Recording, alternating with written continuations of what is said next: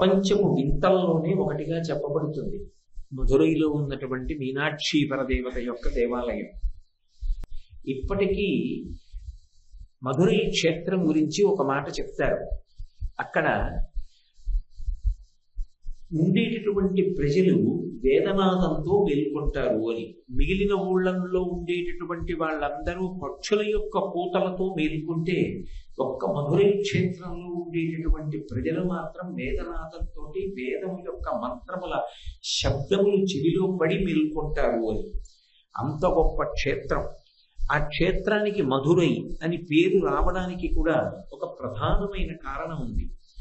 64 లీలా విలాసములను చూపించినటువంటి శంకరుడు అక్కడ ఒక సిద్ధుడి రూపంలో తిరుగుతూ ఉండేవాడు. ఏమీ తెలియనటువంటి వాళ్ళ ఒక అవధూతల తాను కాశీపట్టణం నుంచి వచ్చినట్టుగా తనకి తాను చెప్పుకుంటూ తాను ఎవరో ఎక్కడి నుంచి వచ్చాడో ఎక్కడ బయట పెట్టేవాడు కాదు. ఆయన మధురై క్షేత్రంలో తిరుగుతూ ఉండేవాడు. ఇప్పటికీ మధురైలో ప్రజలు ఏమని నమ్ముతారంటే, ఎవరైనా వెళ్ళి అక్కడ ఉన్నటువంటి శివలింగం దగ్గర నిలబడి మనసులో ఉన్న కోరిక ఆర్తితో చెప్తే ఆయన వింటాడు అని, విని పరిష్కారం చేస్తాడు అంటారు. అందుకే అది సర్వజనులను ఉద్దేశించి ఉద్ధారకమైన క్షేత్రం కనుకనే మిగిలిన ఏ క్షేత్రంలోనూ కనపడనటువంటి ఒక విశేషం మధురైలో కనపడుతుంది. మధురైలో సుందరేశ్వర స్వామి వారి యొక్క శివలింగం వెనకాతల 27 జ్యోతులు అర్ధచంద్రాకారంగా వెలుగుతూ ఉంటాయి. ఆ 27 జ్యోతులు 27 నక్షత్రములకు ప్రతీకలు. ఆ 27 నక్షత్రాల యొక్క 4 పాదములలో జన్మించినటువంటి సమస్తమైనటువంటి విశ్వములోని జీవ సముదాయము యొక్క ఆర్తిని ఆయన అక్కడ విశ్వనాథుడై వింటూ ఉంటాడు అని. అందుకని 27 నక్షత్రములను అర్ధచంద్రాకారంలో ఉంచుతారు ఆ క్షేత్రంలో. ఇప్పటికీ శంకరుడు అమ్మవారు ఆ క్షేత్రంలో తిరుగుతారు అని ప్రఖ్యాతి ఏమి అని పరమ సత్యం. వాళ్ళిద్దరూ అక్కడ లింగ రూపంలోకి మీనాక్షి పరదేవత మూర్తి రూపంలోకి ప్రవేశించారు. శంకర భగవత్పాదులు భారతదేశంలో ఉండేటటువంటి అనేక క్షేత్రాలలో విరాజమానమైనటువంటి దేవతలను ఉద్దేశించి స్తోత్రం చేశారు. ప్రపంచపు వింతల్లోనే ఒకటిగా చెప్పబడుతుంది మధురైలో ఉన్నటువంటి మీనాక్షి పరదేవత యొక్క దేవాలయం. అంత గొప్ప దేవాలయం గురించి, ఆ దేవాలయంలో కొలువై ఉన్నటువంటి మీనాక్షి పరదేవత గురించి, సుందరేశ్వర స్వామి వారి గురించి శంకర భగవత్పాదులు 2 చోట్ల స్తోత్రం చేశారు. ఒకసారి మీనాక్షి అష్టకం అన్న పేరుతో చేశారు. ఇంకొక పర్యాయం మీనాక్షి పంచరత్నం అన్న పేరుతో చేశారు. మీనాక్షి పరదేవత స్వరూపం అత్యంత వైభవోపేతమైనటువంటి స్వరూపం. ఆ తల్లి దేవాలయానికి వెళ్ళి ఒక్కసారి అమ్మవారి వంక చూసినంత మాత్రం చేత మన కోసమే ఆవిడ ముందుకి నడిచొస్తూ పలకరించడానికి సిద్ధంగా ఉన్నదా అని మనకు అనిపిస్తుంది. అంత గొప్పగా మనని పలకరించడానికి సిద్ధంగా ఉన్నటువంటి మాతృస్వరూపిణి ఎంత ప్రేమతో చూస్తూ ఉంటుందో అలా చూసేటటువంటి లక్షణం కలిగినటువంటి తల్లి మీనాక్షి పరదేవత. ఆ తల్లి కొలువై ఉన్నటువంటి క్షేత్రం పేరు మధురై. మధురై అన్న పేరు ఆ క్షేత్రానికి ఎందుకు వచ్చింది అంటే, పరమశివుడు అక్కడ ఒక సిద్ధ పురుషుడి యొక్క రూపంలో తిరుగుతుండేవాడు. మధురై క్షేత్రానికి ఒక విశేషం ఉంది. ఏమిటా విశేషం అంటే, శంకరుడికి 64 లీలామూర్తులు ఎలా ఉంటాయో అలాగే మధురై క్షేత్రంలో ఆయన 64 లీలలు చేశాడు. ఇప్పటికీ కూడా ఆ మధురై క్షేత్రంలో 64 లీలలను ప్రదర్శిస్తూ ఉంటారు. మీరు ఏ ఒక్కరోజు అక్కడికి వెళ్ళినా కూడా అసలు ఉత్సవం లేకుండా ఉండదు. అక్కడ వెళ్ళేటటువంటి వాహనం ఎంత పెద్ద వాహనం పెడుతుంది అంటే అసలు సామాన్యంగా దాన్ని బోయిలు మొయ్యడం సాధ్యం కాదు. అందుకే వాహనాన్ని వాహనం మీద పెట్టి తీసుకెళ్తారు. అంత పెద్ద వాహనం మీద పెడుతూ ఉంటారు స్వామి. అక్కడ జరిగేటటువంటి ఉత్సవాలు, అక్కడ జరిగేటటువంటి నాదస్వర సమ్మేళనాలు, అక్కడ జరిగేటటువంటి వేద పఠనాలు, ఇవన్నీ కూడా అసలు మనుషులు మైమరిచిపోయేటట్టుగా ఉంటుంది ఆ క్షేత్రం. ఇప్పటికీ మధురై క్షేత్రం గురించి ఒక మాట చెప్తారు. అక్కడ ఉండేటటువంటి ప్రజలు వేదనాదంతో మేల్కొంటారు అని. మిగిలిన ఊళ్ళల్లో ఉండేటటువంటి వాళ్ళందరూ పక్షుల యొక్క పూతలతో మేల్కొంటే ఒక్క మధురై క్షేత్రంలో ఉండేటటువంటి ప్రజలు మాత్రం వేదనాదంతో వేదం యొక్క మంత్రముల శబ్దములు చెవిలో పడి మేల్కొంటారు అని. అంత గొప్ప క్షేత్రం. ఆ క్షేత్రానికి మధురై అని పేరు రావడానికి కూడా ఒక ప్రధానమైన కారణం ఉంది. 64 లీలా విలాసములను చూపించినటువంటి శంకరుడు అక్కడ ఒక సిద్ధుడి రూపంలో తిరుగుతూ ఉండేవాడు.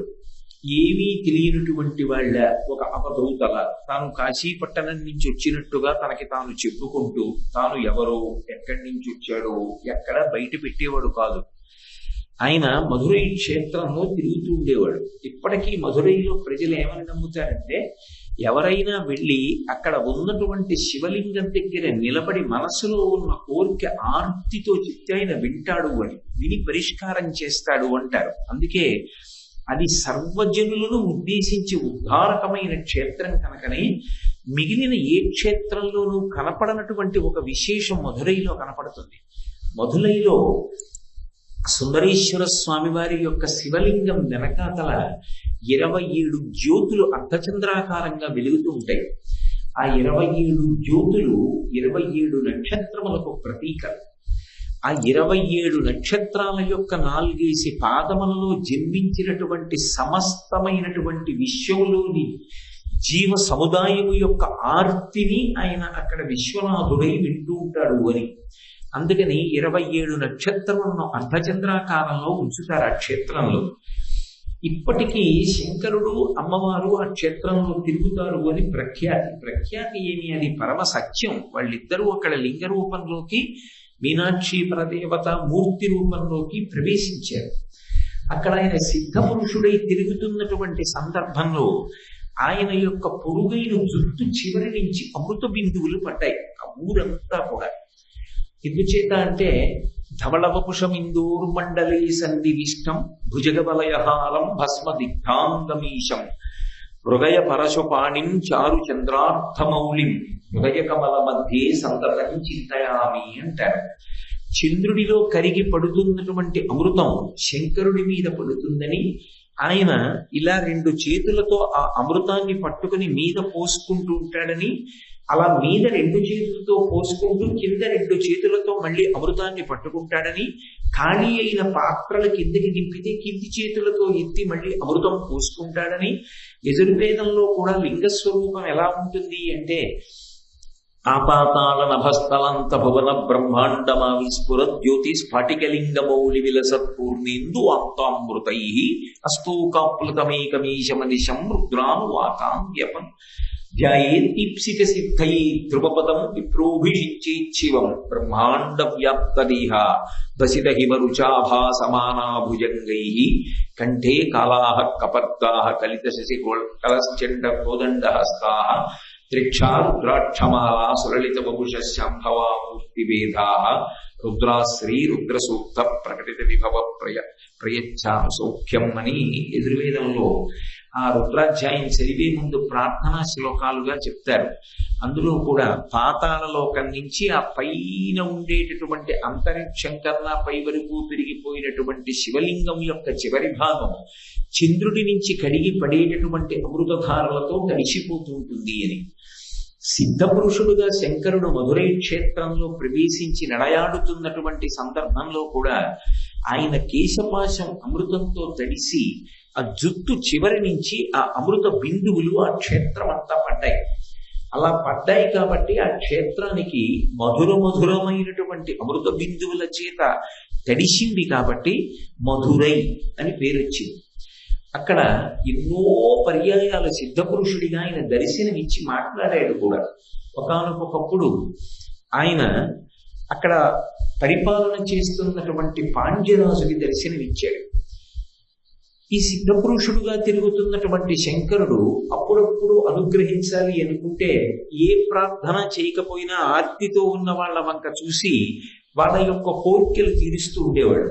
ఇది విన్న రాజు అసలు ఈ సిద్ధ పురుషుడు ఎవరో తెలుసుకోవాలని సపరివారంగా బయలుదేరి ఆయనని అన్వేషిస్తూ వచ్చాడు. శంకరుడు తిన్నగా దేవాలయంలోకి వెళ్ళిపోయి దేవాలయం యొక్క గోడలో ఒక చోట ఏనుగులు చెరుకు కర్రలు పట్టుకుని కనపడతాయి. ఎందుచేత అంటే అష్టదిగ్గజములు మోస్తున్నటువంటి ప్రాకారం కింద ఉంటుంది మధురైలో ఉన్నటువంటి శివాలయం. అది ఇంద్రవిమానం. ఆ 8 దిగ్గజములు మోస్తుంటాయి. అక్కడ ఉన్నటువంటి ఆ విమానాన్ని అంతటినీ కూడా పరమాద్భుతంగా ఉంటుంది, చూసి తీరాలి అసలు. ఆ అష్టదిగ్గజములు కుంభస్థలం మీద మోసేటటువంటి ఆ విమానం యొక్క తీరు. అందులో ఒక చోట ఏనుగులు దేవాలయం యొక్క గోడలో మలచబడి ఉన్నాయి విగ్రహాలుగా, శిల్పాలుగా.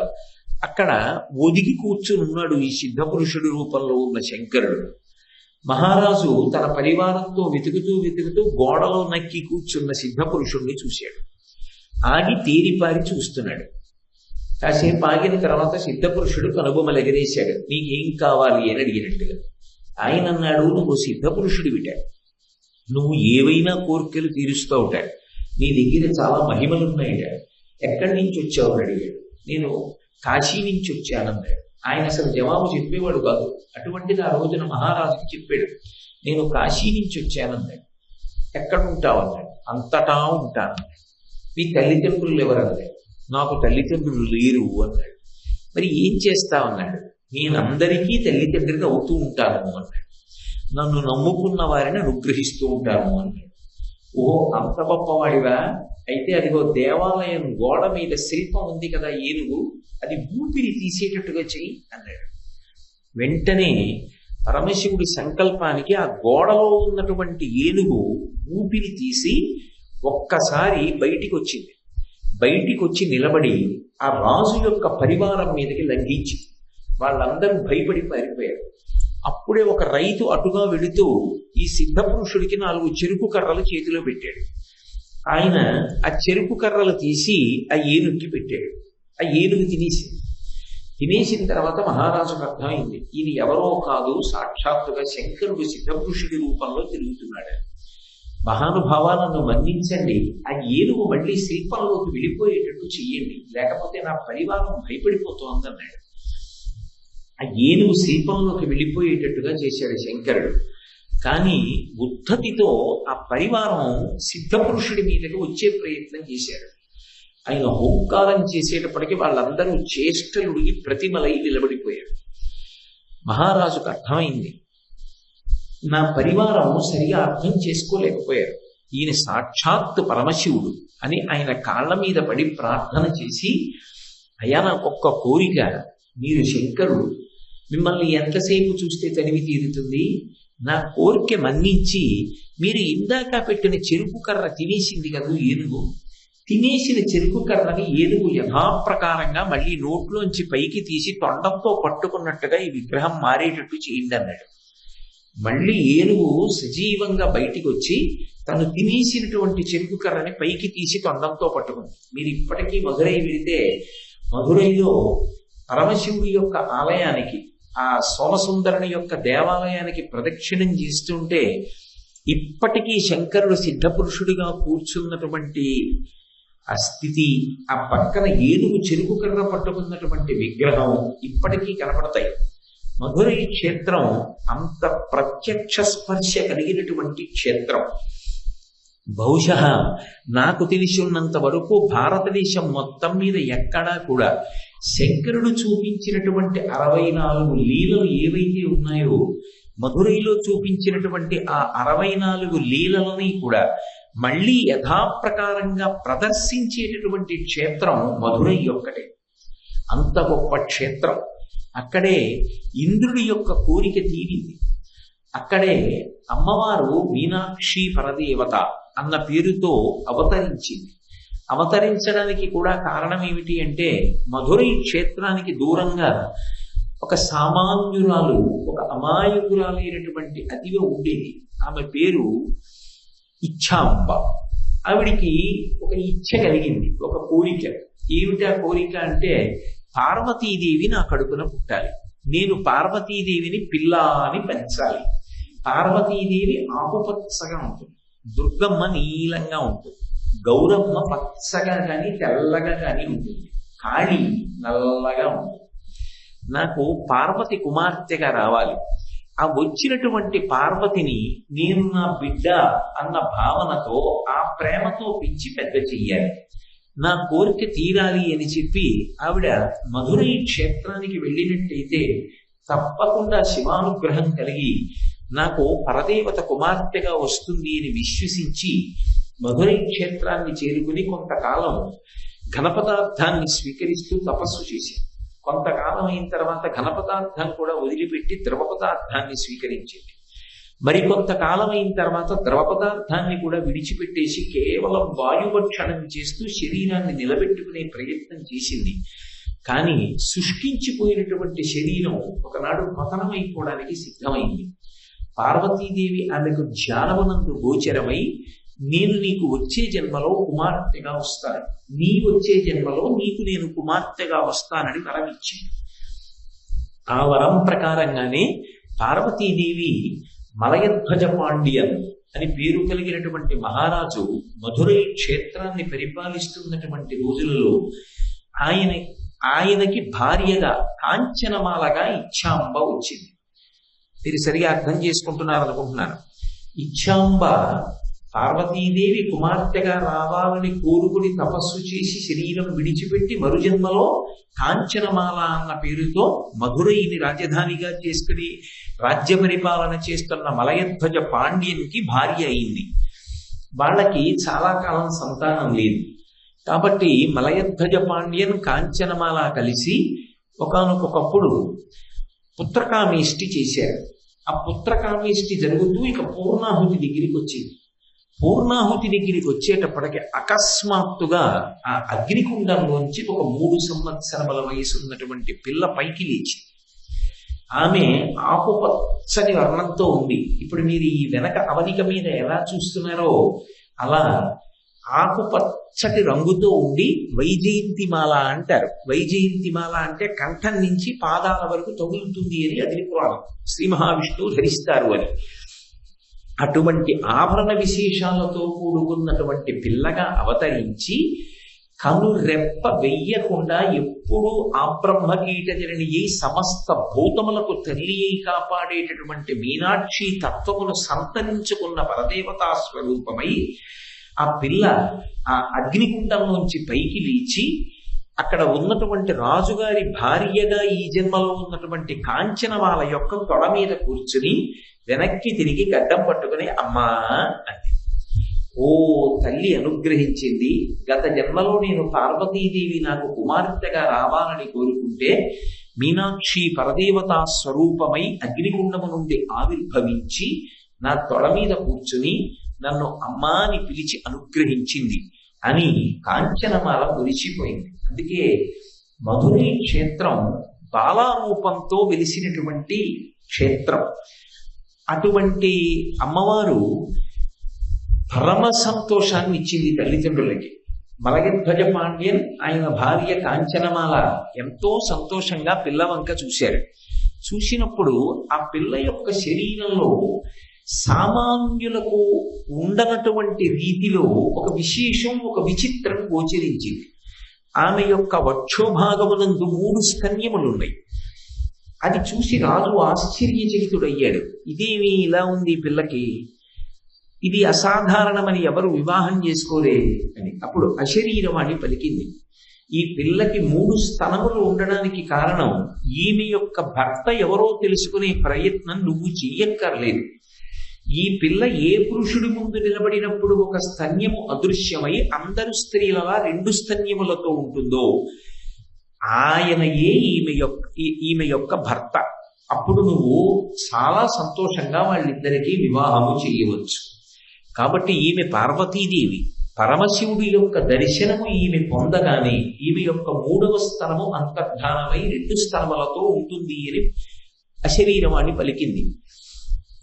కొడుకులు లేరు ఎలా అని ఆలోచించినటువంటి రాజు అశరీరవాణి యొక్క వాక్కును అనుసరించి ఈ పిల్లకే అస్త్ర విద్యలన్నీ నేర్పించి పెంచి పెద్ద చేశాడు.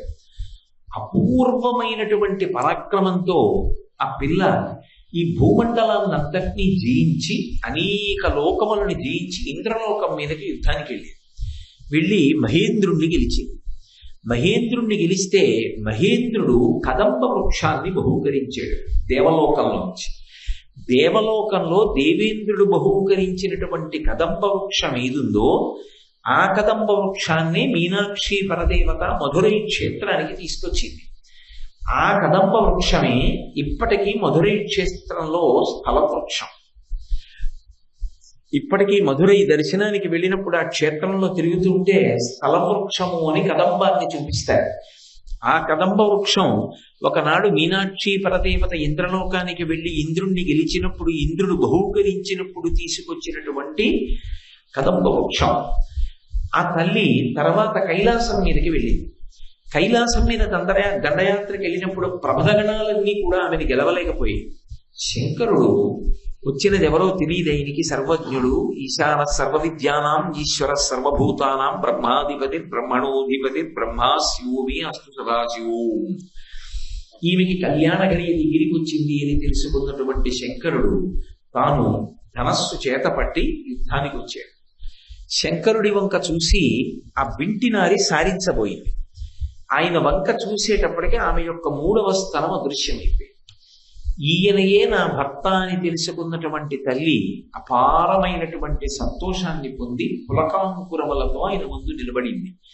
నీటికి 8వ నాడు నేనే మధురై క్షేత్రానికి వచ్చి నిన్ను వివాహం చేసుకుంటాను, నువ్వు నేను కలిసి రాజ్య పరిపాలన చేద్దాం అని శంకరుడు కైలాస పర్వతం నుంచి ప్రమదగణాలతోటి ఋషిగణాలతోటి దేవతాగణాలతోటి ఒకనాడు హిమవంతుని యొక్క కుమార్తెగా వచ్చినప్పుడు హిమవత్ పర్వతం మీద ఎలా పార్వతీ కళ్యాణం జరిగిందో అలా మధురై క్షేత్రానికి బయలుదేరి వచ్చి ఆ మీనాక్షి పరదేవతని వివాహం చేసుకున్నాడు.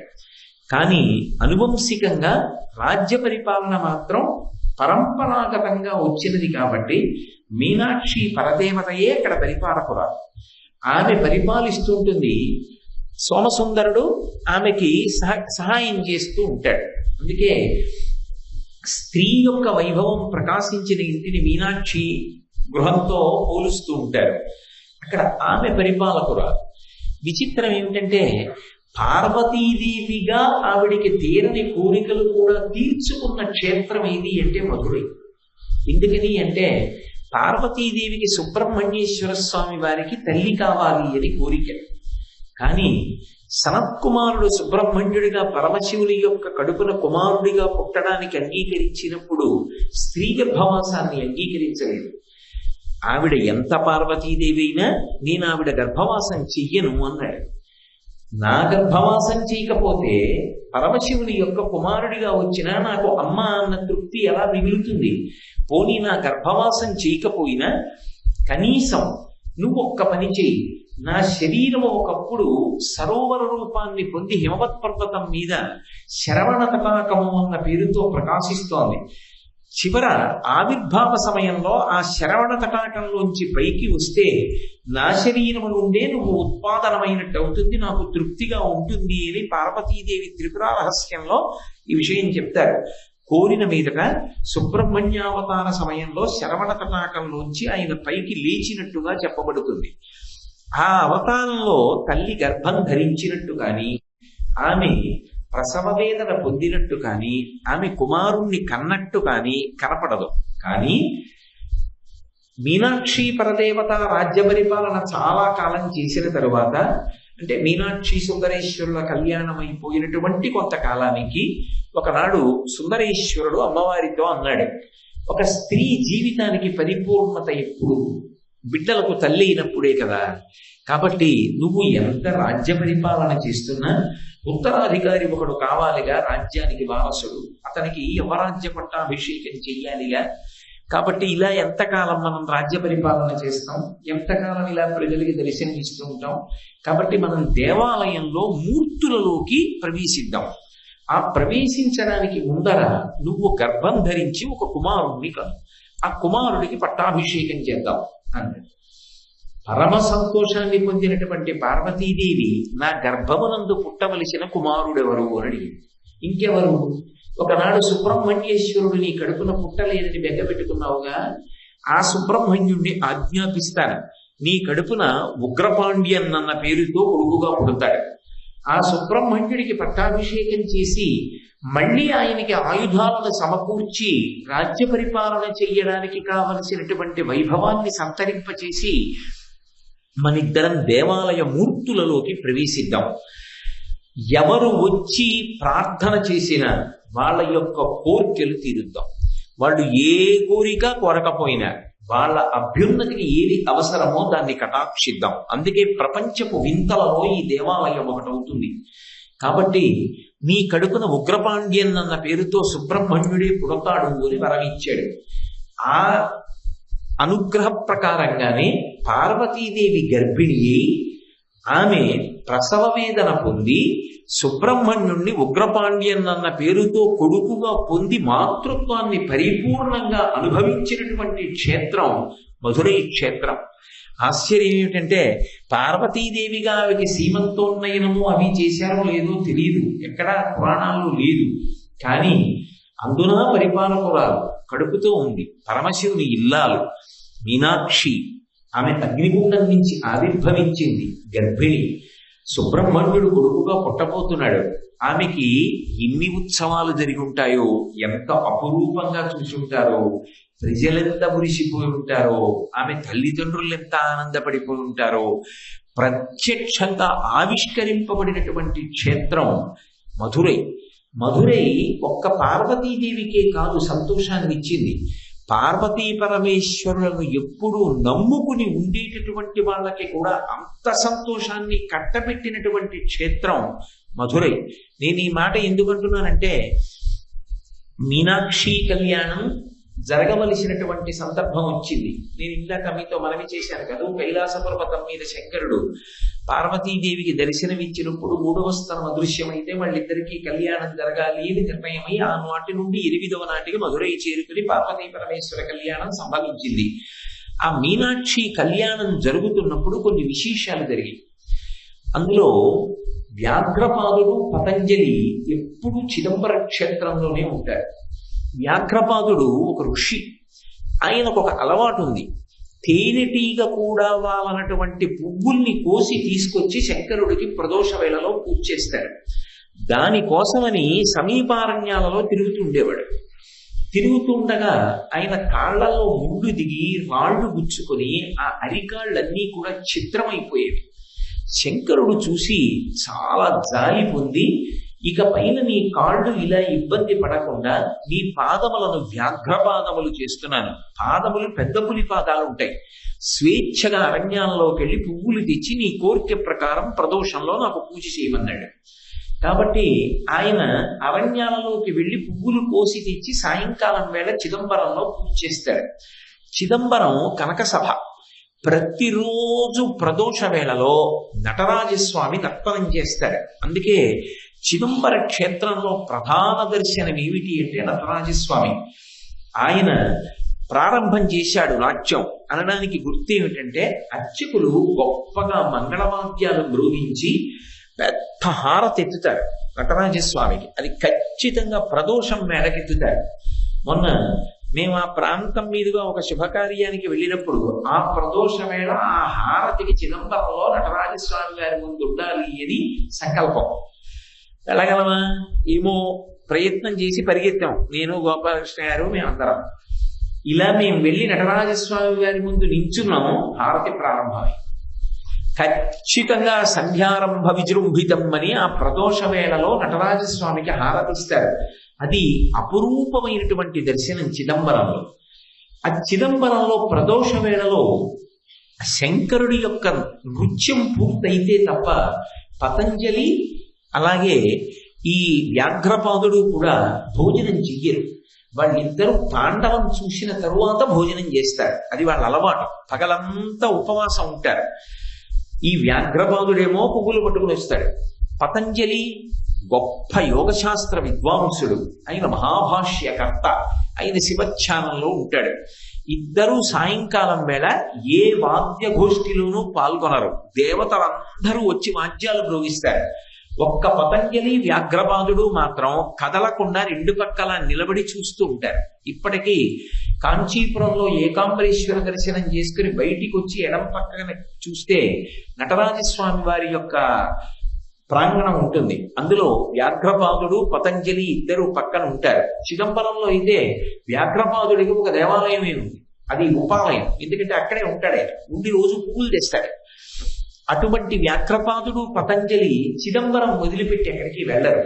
వాళ్ళ భయం ఏమిటంటే చిదంబరం వదిలిపెట్టి వెళ్ళిపోతే సాయంకాలం అయిపోతుంది, సాయంకాలం అయిపోతే మనకి ఆ నాట్యం చూడడానికి అవకాశం ఉండదు, అందుకని మనం ఎక్కడికి వెళ్ళొద్దని వాళ్ళు ఏ క్షేత్రానికి వెళ్ళరు, ఏ ఉత్సవానికి వెళ్ళరు.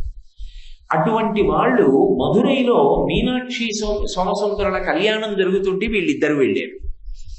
మనం రోజు ఏ స్వామివారి తాండవం చూస్తామో ఆ స్వామివారి కళ్యాణం. పైగా అక్కడ తిరుగాడుతాడు ఇక పైన మధురై క్షేత్రంలో. అమ్మ మీనాక్షి అన్న పేరుతో రాజ్య పరిపాలన చేస్తోంది, అందరికీ దర్శనమిస్తోంది. ఆవిడ సామాన్యమైన స్త్రీలా ఆమె తిరుగుతూ ఉంటుంది. అటువంటి క్షేత్రానికి మనం వెళ్ళకపోతే ఎలా అని బయలుదేరి ఇద్దరూ కూడా మీనాక్షి కళ్యాణానికి వచ్చారు. ఈ మీనాక్షి కళ్యాణానికి వస్తే కన్యాదానం ఎవరు చేయించాలి? మలయధ్వజ పాండ్యన్ ఎంత మీనాక్షి పరదేవతకి తండ్రి అయినా శంకరుడే వచ్చి నిలబడితే కన్యాదానం చేయడానికి నా అల్లుడన్న భావనతో పీటల మీద కూర్చుని నేను కన్యాదాతని అనగలిగినంత ధైర్యాన్ని పొందలేకపోయాడు. మరి ఎవరు రావాలప్పుడు కన్యాదానానికి? అంటే మధురై పక్కనే తిరుప్పకుండ్రం అనే క్షేత్రం ఉంది. అది అసలు నిజానికి సత్యగిరి అంటారు, అది శైవ క్షేత్రం యథార్థమునకు. దాని మీద సుబ్రహ్మణ్యేశ్వర స్వామి వారు వెలిసి ఉంటారు. అక్కడ ఆయన దేవసేనని వివాహం చేసుకున్నాడు. నారద మహర్షి వచ్చి అక్కడ వివాహం చేయించారు. పరమాద్భుతమైనటువంటి క్షేత్రం. అది చాలా విశేషంగా ఉంటుంది. కారణం ఏమిటంటే మీరు ఇలా ఎదురుగుండా నిలబడితే దర్శనానికి వల్లీ దేవసేన సమేత సుబ్రహ్మణ్యుడు ఉంటాడు. సుబ్రహ్మణ్యుడి పక్కన దుర్గమ్మ ఉంటుంది, దుర్గమ్మ పక్కన గణపతి ఉంటారు, గణపతికి యువతల పరమశివుడు ఉంటారు.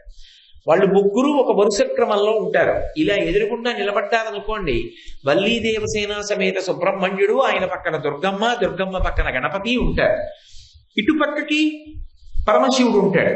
ఎదురుగుండా వాళ్ళుంటే శివుడు ఇలా ఉంటాడు. శివుడికి అభిముఖంగా విష్ణు ఉంటారు. ఇక్కడ వేరే చిన్న గుడి ఉంటుంది, ఆ గుడిలో విష్ణు ఉంటారు, ఇటు శివుడు ఉంటారు. శివుడు కేశవుడు ఒకరినొకరు చూసుకుంటూ ఉంటారు. మరి అమ్మకి కళ్యాణం మీనాక్షి పరదేవతకి. నారాయణి, నారాయణుడు అన్నగారు కదూ, మరి శ్రీ మహావిష్ణువు బయలుదేరకపోతే ఎలా కన్యాదానం చేయడానికి? అందుకని ఈ క్షేత్రం నుంచి వెడతాడు శ్రీ మహావిష్ణువు. ఇప్పటికీ ప్రతి సంవత్సరం మీనాక్షి కళ్యాణానికి తిరుప్పకుండ్రం నుంచే శ్రీ మహావిష్ణువు ఊరెదుగుతూ మధురై చేరుకుంటారు. మధురై చేరుకుని మధురైలో కన్యాదానం చేస్తారు. అందుకే ఇప్పటికీ మీరు తమిళనాట సంప్రదాయం ఉంది, ఎక్కడ వివాహానికి శుభలేఖ వేసిన శంకరుడి చేతిలో మీనాక్షి చెయ్యి పెడుతున్నట్టు ఆకుపచ్చగా పాండ్యరాజుల యొక్క కట్టు బొట్టు ఎలా ఉంటాయో అలా ఉంటుంది అమ్మవారు పెళ్లి కూతురుగా. పుట్టింటి వైభవం ఇక్కడున్న మూర్తి కాదు, అది పెళ్లి కూతురుగా ఉన్న మూర్తి ఉంటుంది. చాలా ఆశ్చర్యకరంగా ఉంటుంది, భలే ఉంటుంది ఆ తల్లి వైభవం. అది చిన్న పిల్లల ముద్దులొలుకుతూ సిగ్గుపడిపోతూ ఉంటుంది. ఆ తల్లికి సుబ్రహ్మణ్య క్షేత్రం తిరుప్పకుండ్రం నుంచి శ్రీ మహావిష్ణువు బయలుదేరి వచ్చారు. మరి అన్నగారు కదా నారాయణ నారాయణి వచ్చి ఆయన కన్యాదానం చేశాడు.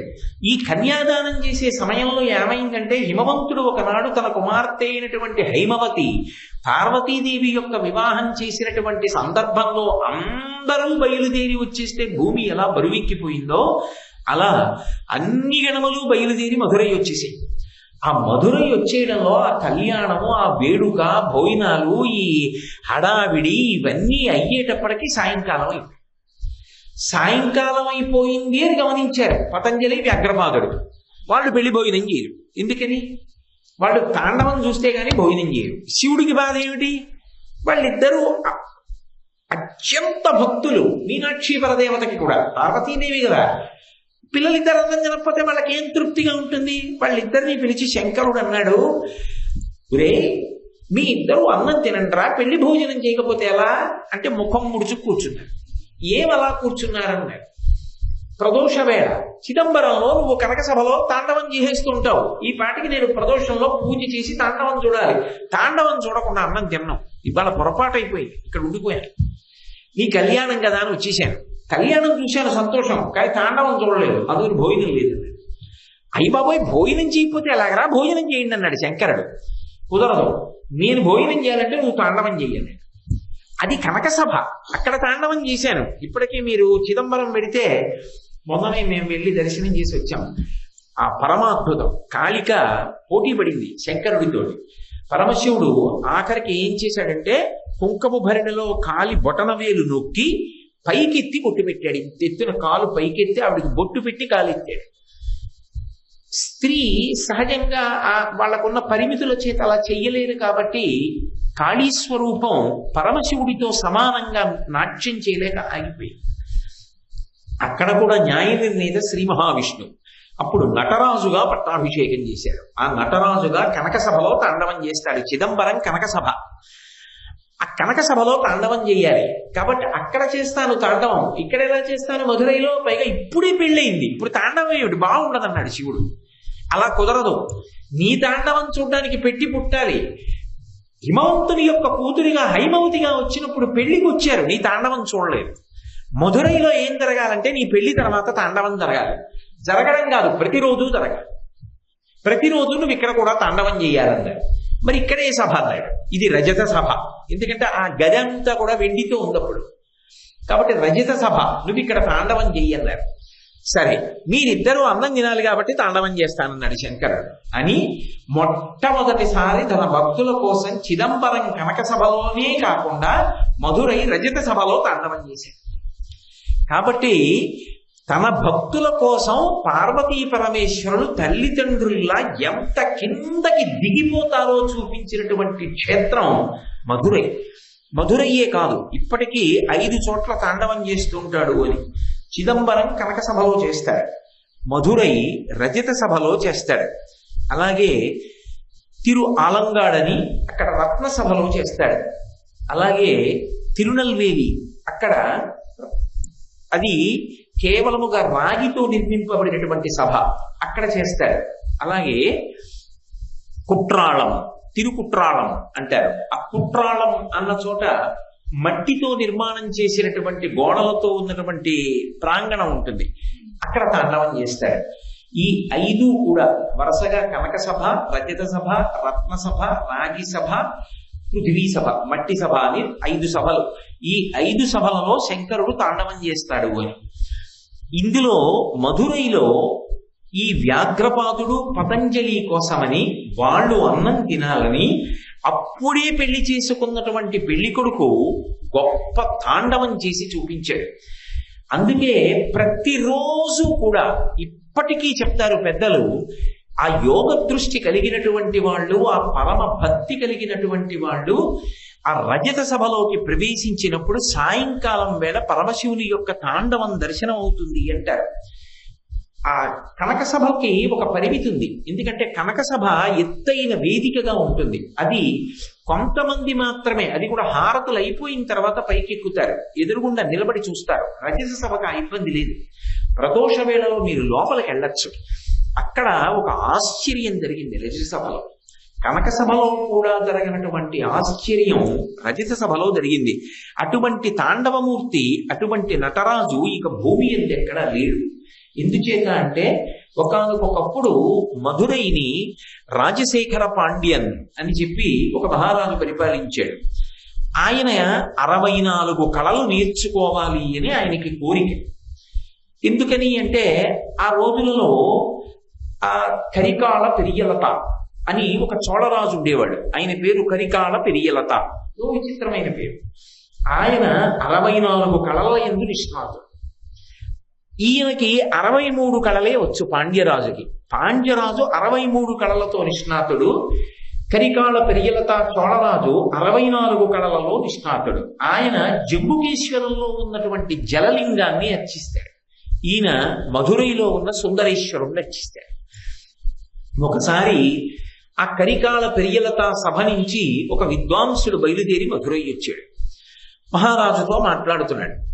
మాట్లాడుతున్నప్పుడు ఏవో అనేక కళల గురించి విషయం చర్చ వచ్చింది. నాట్యం దగ్గరికి వచ్చేటప్పటికి మాత్రం రాజశేఖర పాండ్యన్ మాట్లాడలేదు. ఆ వచ్చిన విద్వాంసుడు అన్నాడు, మీకు నాట్యం రాదా అన్నాడు. నాకు రాదు అన్నాడు.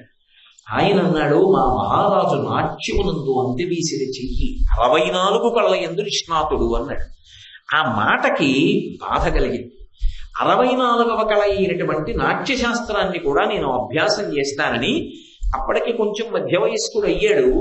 అయినా గురువు గారి దగ్గరికి వెళ్ళి అత్యంత క్లేశంతో ఒళ్ళు నిప్పులు పెడుతున్న నాట్యశాస్త్రాన్ని అభ్యాసం చేసి అందులో పరమ నిష్ఠాగరిష్ఠుడై 64 కళల యందు ప్రపూర్ణుడయ్యాడు రాజశేఖర పాండ్యన్.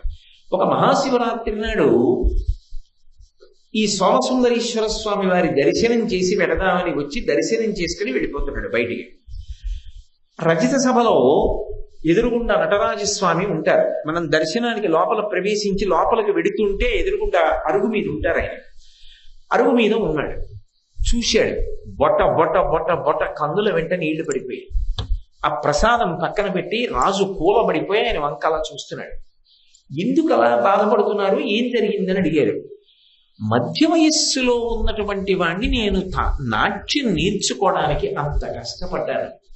అటువంటిది మహానుభావుడు ప్రతిరోజు తాండవం చేస్తాడే, నటరాజుగా నర్తిస్తాడే, ఒక్క కుడికాలు మీద నిలబడి ఎడమకాలు పైకెత్తి ఇంత గొప్పగా ఆడతాడే, ఆ కుడికాలు మీదే నిలబడి ఎడంకాలు పైకెత్తుతున్నప్పుడు ఆ కుడికాలు ఎంత నింపిడుతుందో అని, స్వామి నాట్యం తెలుసున్నవాడిగా మీ నటరాజ స్వరూపం చూస్తుంటే సంతోషం కన్నా బాధ కలుగుతోంది.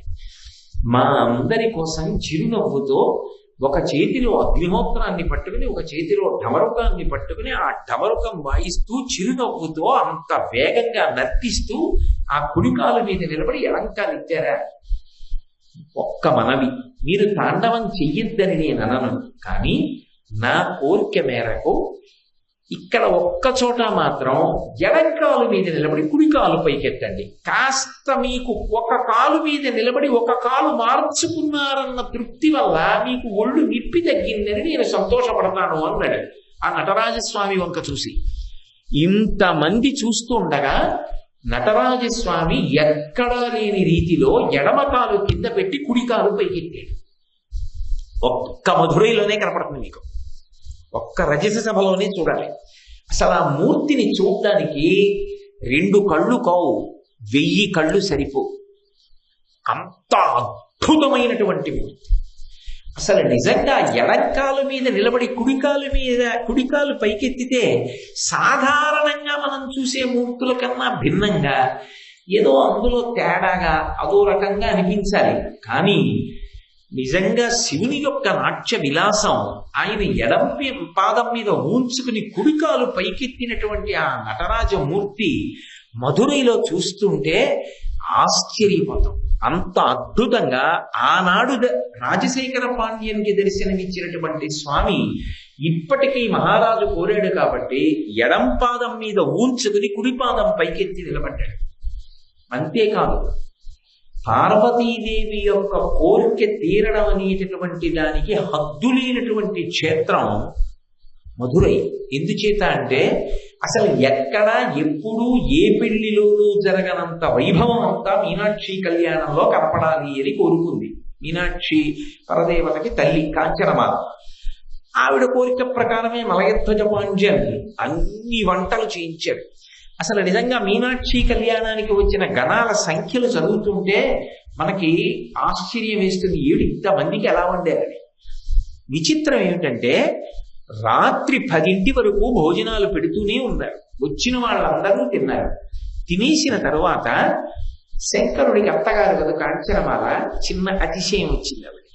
అతిశయం వచ్చి, శంకరుడు చాలా గొప్పవాడు, ఆయన లాంటి వాడు మీకు అల్లుడయ్యాడని కదా అందరూ అంటున్నారు, శంకర మేము గొప్పవాళ్ళని అని అనిపించుకోవాలని తిన్నగా అల్లుడి దగ్గరికి వెళ్ళింది ఆవిడ. మధ్యలో ఇంకెవరి దగ్గరికి కాదు, అల్లుడి దగ్గరికే వెళ్ళింది. వెళ్ళి, శంకర మాకొక చిన్న సమస్య మీరు తీర్చాలి. ఏమత్తయ్యారు, ఏం సమస్య అన్నాడు. ఏమీ లేదు, పర్వత శిఖరాలంత వంటలు వండించాం, ఏదో మీ తరపున చాలా మంది వస్తారంటే ఏదో వంటలు చేయిద్దామని. నీ తరపున చాలా మంది వచ్చి భోజనాలు చేశారు, కానీ పర్వత శిఖరాలంతంత అన్నరాశులు మిగిలిపోయాయి. మీ వాళ్ళు ఎవరైనా ఉంటే ఇంకా కొంచెం పిలుస్తారా, అన్నం తినేస్తారు అంది. అంటే చిన్న ఎత్తిప్పుడు, నీకన్నా బాగా చేశాం పెళ్లి, చూసావా, నీ గణాలు ఇంతమంది వచ్చినా మేము అన్నం పెట్టగా ఇంకా అంత అన్నం మిగిలింది, అంటే మేము ఎంత బాగా చేశామో గమనించుకో అని చెప్దామని. శంకరుడు అన్నాడు, అత్తయ్య గారు మీ సమస్య అన్నం ఉండిపోయిందనా, అనవసరంగా పదార్థం పాడైపోతుంది తెల్లవారేటప్పటికన్నా బెంగ పెట్టుకుంటున్నారు. అవును అందావిడ. ఓ బెంగ పెట్టుకోకండి, నేను నిజంగా నా వాళ్ళనందరినీ తీసుకొస్తే మీరు అన్నం పెట్టలేరని నేను తేలేదు. ఒక్కడిని పిలుస్తాను, వాడికి పెట్టండి, తక్కువ అయితే మీరు ఉండి పెడతారా అన్నాడు. ఆవిడ విలాసంగా నవ్వి, ఇంతమంది తినందు ఒకటి తింటాడా అని, అలాగే ఉండుతానులే. గుండోదరుడని శంకరుడికి అంగరక్షకుడు, ఆ గుండోదరుడిని పిలిచాడు. రే చాలా అన్నం ఉందిట్రా, భోజనం చెయ్యి అన్నాడు. ఆయన వెళ్ళి తినేశాడు. తినేసి చాలా ఆకలిస్తోంది కాంచనమాల, అన్నం అన్నం అన్నాడు. వండి పెడతానంది కదా మరి, ఆ వంటింట్లో నుంచి వండుతూనే ఉంది, పెడుతూనే ఉంది, నా ఆకలి తీరలేదు అంటూనే ఉన్నాడు. అప్పుడు ఆవిడ బెంగ పెట్టుకుని వచ్చి శంకరుడి కాళ్ళ మీద పడింది. అల్లుడు గారు, నేను ఏదో అక్కర్లేని అతిశయానికి పోయి మీ దగ్గర అన్నాను, అందరూ వద్దులేండి ఒక్కడిని పంపిస్తానన్నారు. ఆ గుండోదరుడే ఇలా తింటే మీరు నిజంగా తలుచుకుని అలాంటి వాళ్ళని అందరినీ పంపిస్తే మా బ్రతికి ఏమైపోవాలి, మేము బయటపడిపోకుండా ఉండడానికి కోసమని కొంచెం జాగ్రత్తగా తినేవాళ్ళని తీసుకొచ్చారని మాకు అర్థమైంది. ఇప్పుడు అర్ధాకలిగా పెళ్లిపీటల మించి మలయధ్వజ పాండ్యం కాంచనమాల ఒకడికి అన్నం పెట్టలేక పంపించేశారన్న అపకీర్తి మాకు రాకుండా మీరే కాపాడండి. వెంటనే మీనాక్షకరు అన్నపూర్ణకరా, మరి ఈ పెళ్లి కూతురుగా పిలిస్తే బాగుండదని కాశీ అన్నపూర్ణ అన్నాడు. అనేటప్పటికీ ఆవిడ వచ్చి ఒక పెద్ద అన్నపాత్రలోంచి 5 రంధ్రాలలోంచి అన్న పదార్థములన్నీ అలా పడిపోతూనే ఉన్నాయి.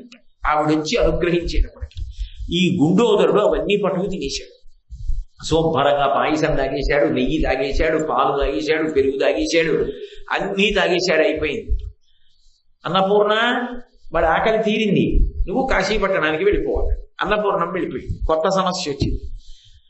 ఏ భగవన్, ఇంత నెయ్యి తాగేశాను, ఇన్ని నీతి పదార్థాలు తినేశాను, దాహం దాహం అన్నాడు. తాగి ఎక్కడ కనబడితే అక్కడ అన్నాడు. క్షణాల్లో మధురైలో నూతులు, చెరువులు, సరోవరాలు అన్నీ తాగేశాడు. చుక్క నీరు లేదు, నాలుగు పిడచకట్టుకుపోతోంది, ఎలాగన్నాడు. చూశారా, పెళ్లిలా నవదంపతుల యొక్క జీవితం బాగుండడానికి చెయ్యాలి, కానీ అతి ఆడంబరాలకి పోయి పెళ్లి భోజనం అంటే అర్థం లేకుండా 60-70 ఆదరములతో వండి వడ్డించిన చోట్ల అహంకార పరిత్యాగాలు ఇలాగే ఉంటాయి.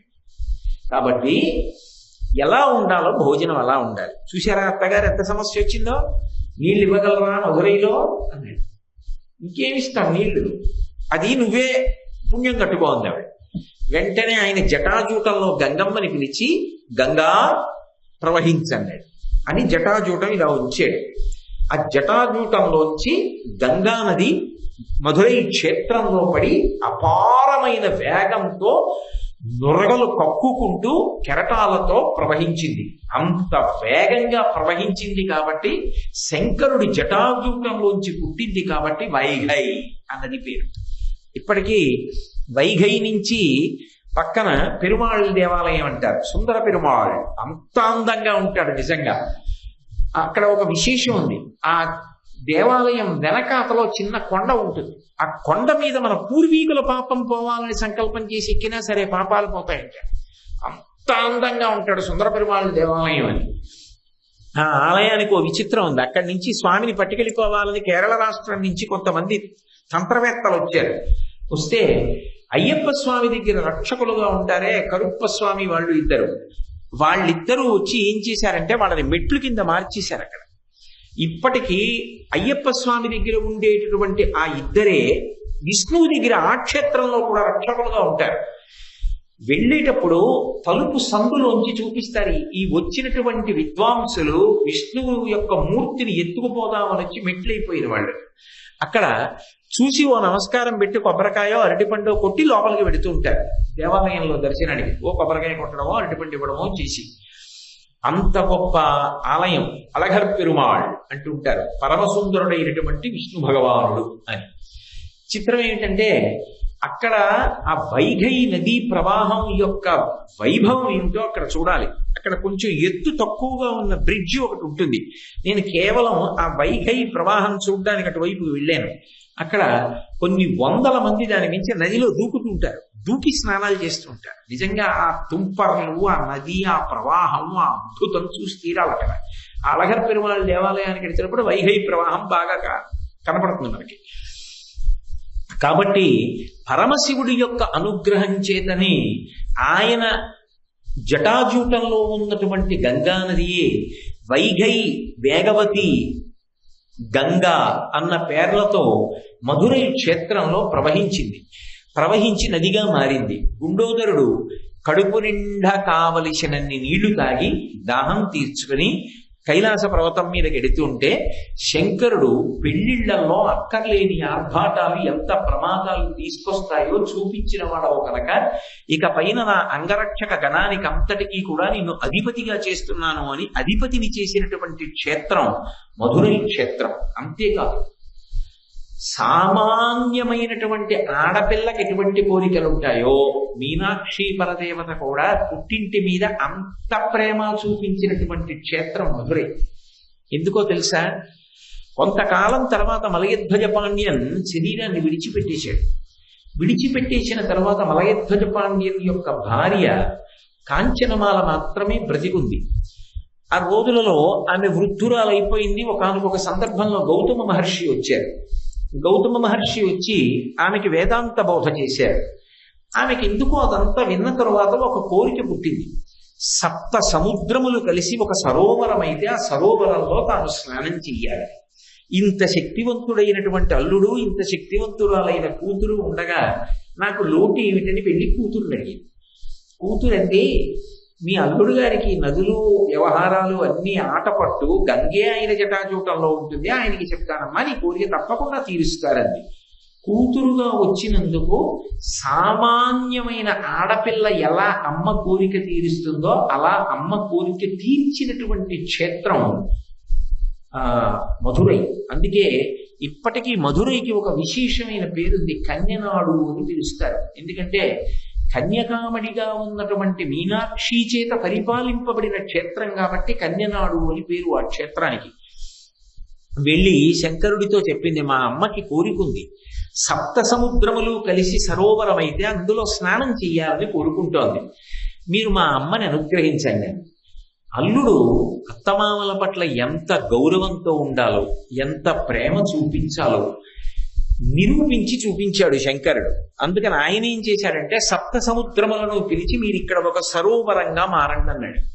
అంటే సప్త సముద్రములు సరోవరం అయ్యాయి. సప్తసాగర సరోవరం అని పిలుస్తారు ఇప్పటికీ ఆ సరోవరాన్ని. ఆ సరోవరంలో స్నానానికి వెళ్ళింది కాంచనమాల. తీరా అక్కడ దాకా వెళ్ళిన తర్వాత భోరున ఏడ్చి, ఎందుకు ఏడుస్తున్నావు అని అడిగాడు.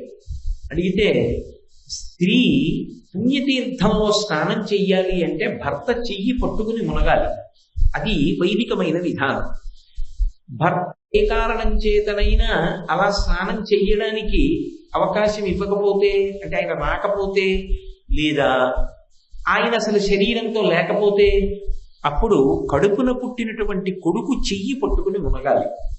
కొడుకు రాక, భర్త రాక, ఇద్దరూ రాకపోతే ఒక ఆవు దూడని చూసుకుని దాని తోక పట్టుకుని మునగాలి తీర్థంలో. కాబట్టి నాకు కొడుకులు లేదు, భర్త గారు శరీరం విడిచిపెట్టేశారు, నేను ఒక ఆవు దూడ తోక పట్టుకుని సప్తసాగర సరోవరంలో మునుగుతాను, కాబట్టి ఒక్క ఆవు దూడని తెప్పించమ్మా అంది కూతురు వంక చూసి. మీనాక్షి పరదేవత అలవోకగా సుందరేశ్వరుడి వంక చూసింది. సుందరేశ్వరుడు అన్నాడు, అత్తయ్య గారు మీరు స్నానం చేయడానికి ఆవు దూడెందుకు, మావయ్య గారినే పిలిపిస్తాను స్వర్గలోకం నుంచిని ఆజ్ఞాపించి స్వర్గలోకం నుంచి మలయధ్వజ పాండ్యన్ని మళ్ళీ మధురై క్షేత్రానికి దింపిన క్షేత్రం మధురై. మళ్ళీ సశరీరుడై మలయధ్వజ పాండ్యన్ కిందకు వచ్చాడు. అప్పుడు మళ్ళీ సువాసిని శోభతో ఆ కాంచనమాల భర్త చెయ్యి పట్టుకుని సప్తసాగర సరోవరంలో మునిగి పైకి లేచింది.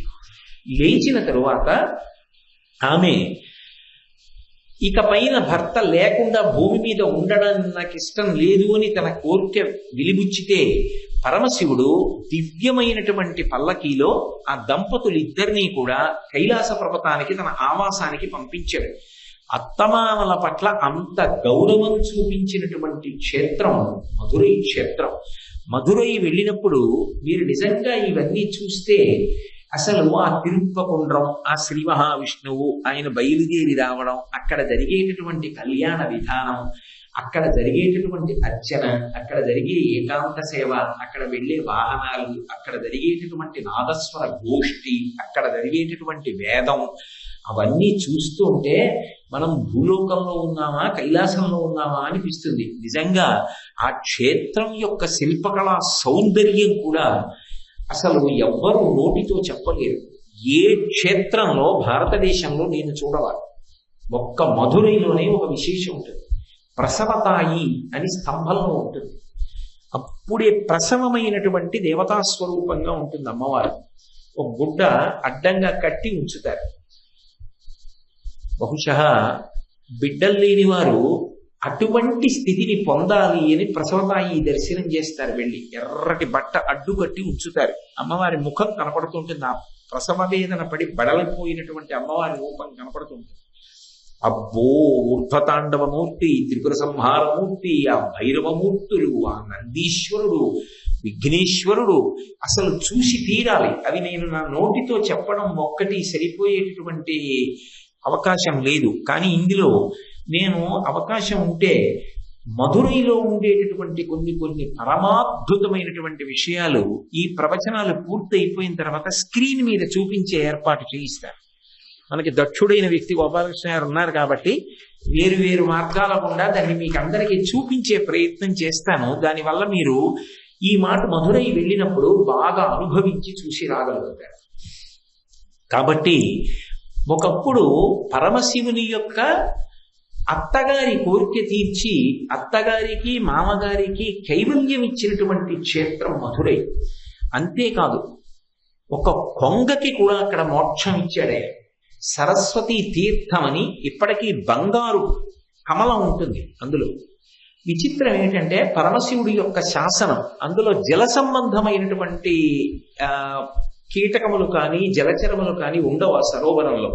పూర్వం ఎవరైనా కవిత్వం రాస్తే ఇది ప్రపంచానికి పనికొస్తుందా, ఇందులో ప్రపంచానికి అందించవలసినటువంటి సారం లేదు, ఇది కేవలంగా పక్కన పెట్టేయవలసిన విషయం అని అనిపిస్తే పరీక్ష కోసం ఆ కోనేటి దగ్గరికి తీసుకెళ్లేవారు. ఆ కోనేటిలో పుస్తకాన్ని పెడితే ఇది ప్రపంచానికి అందవలసినది అంటే ఆ పుస్తకం తేలి ఉండేది.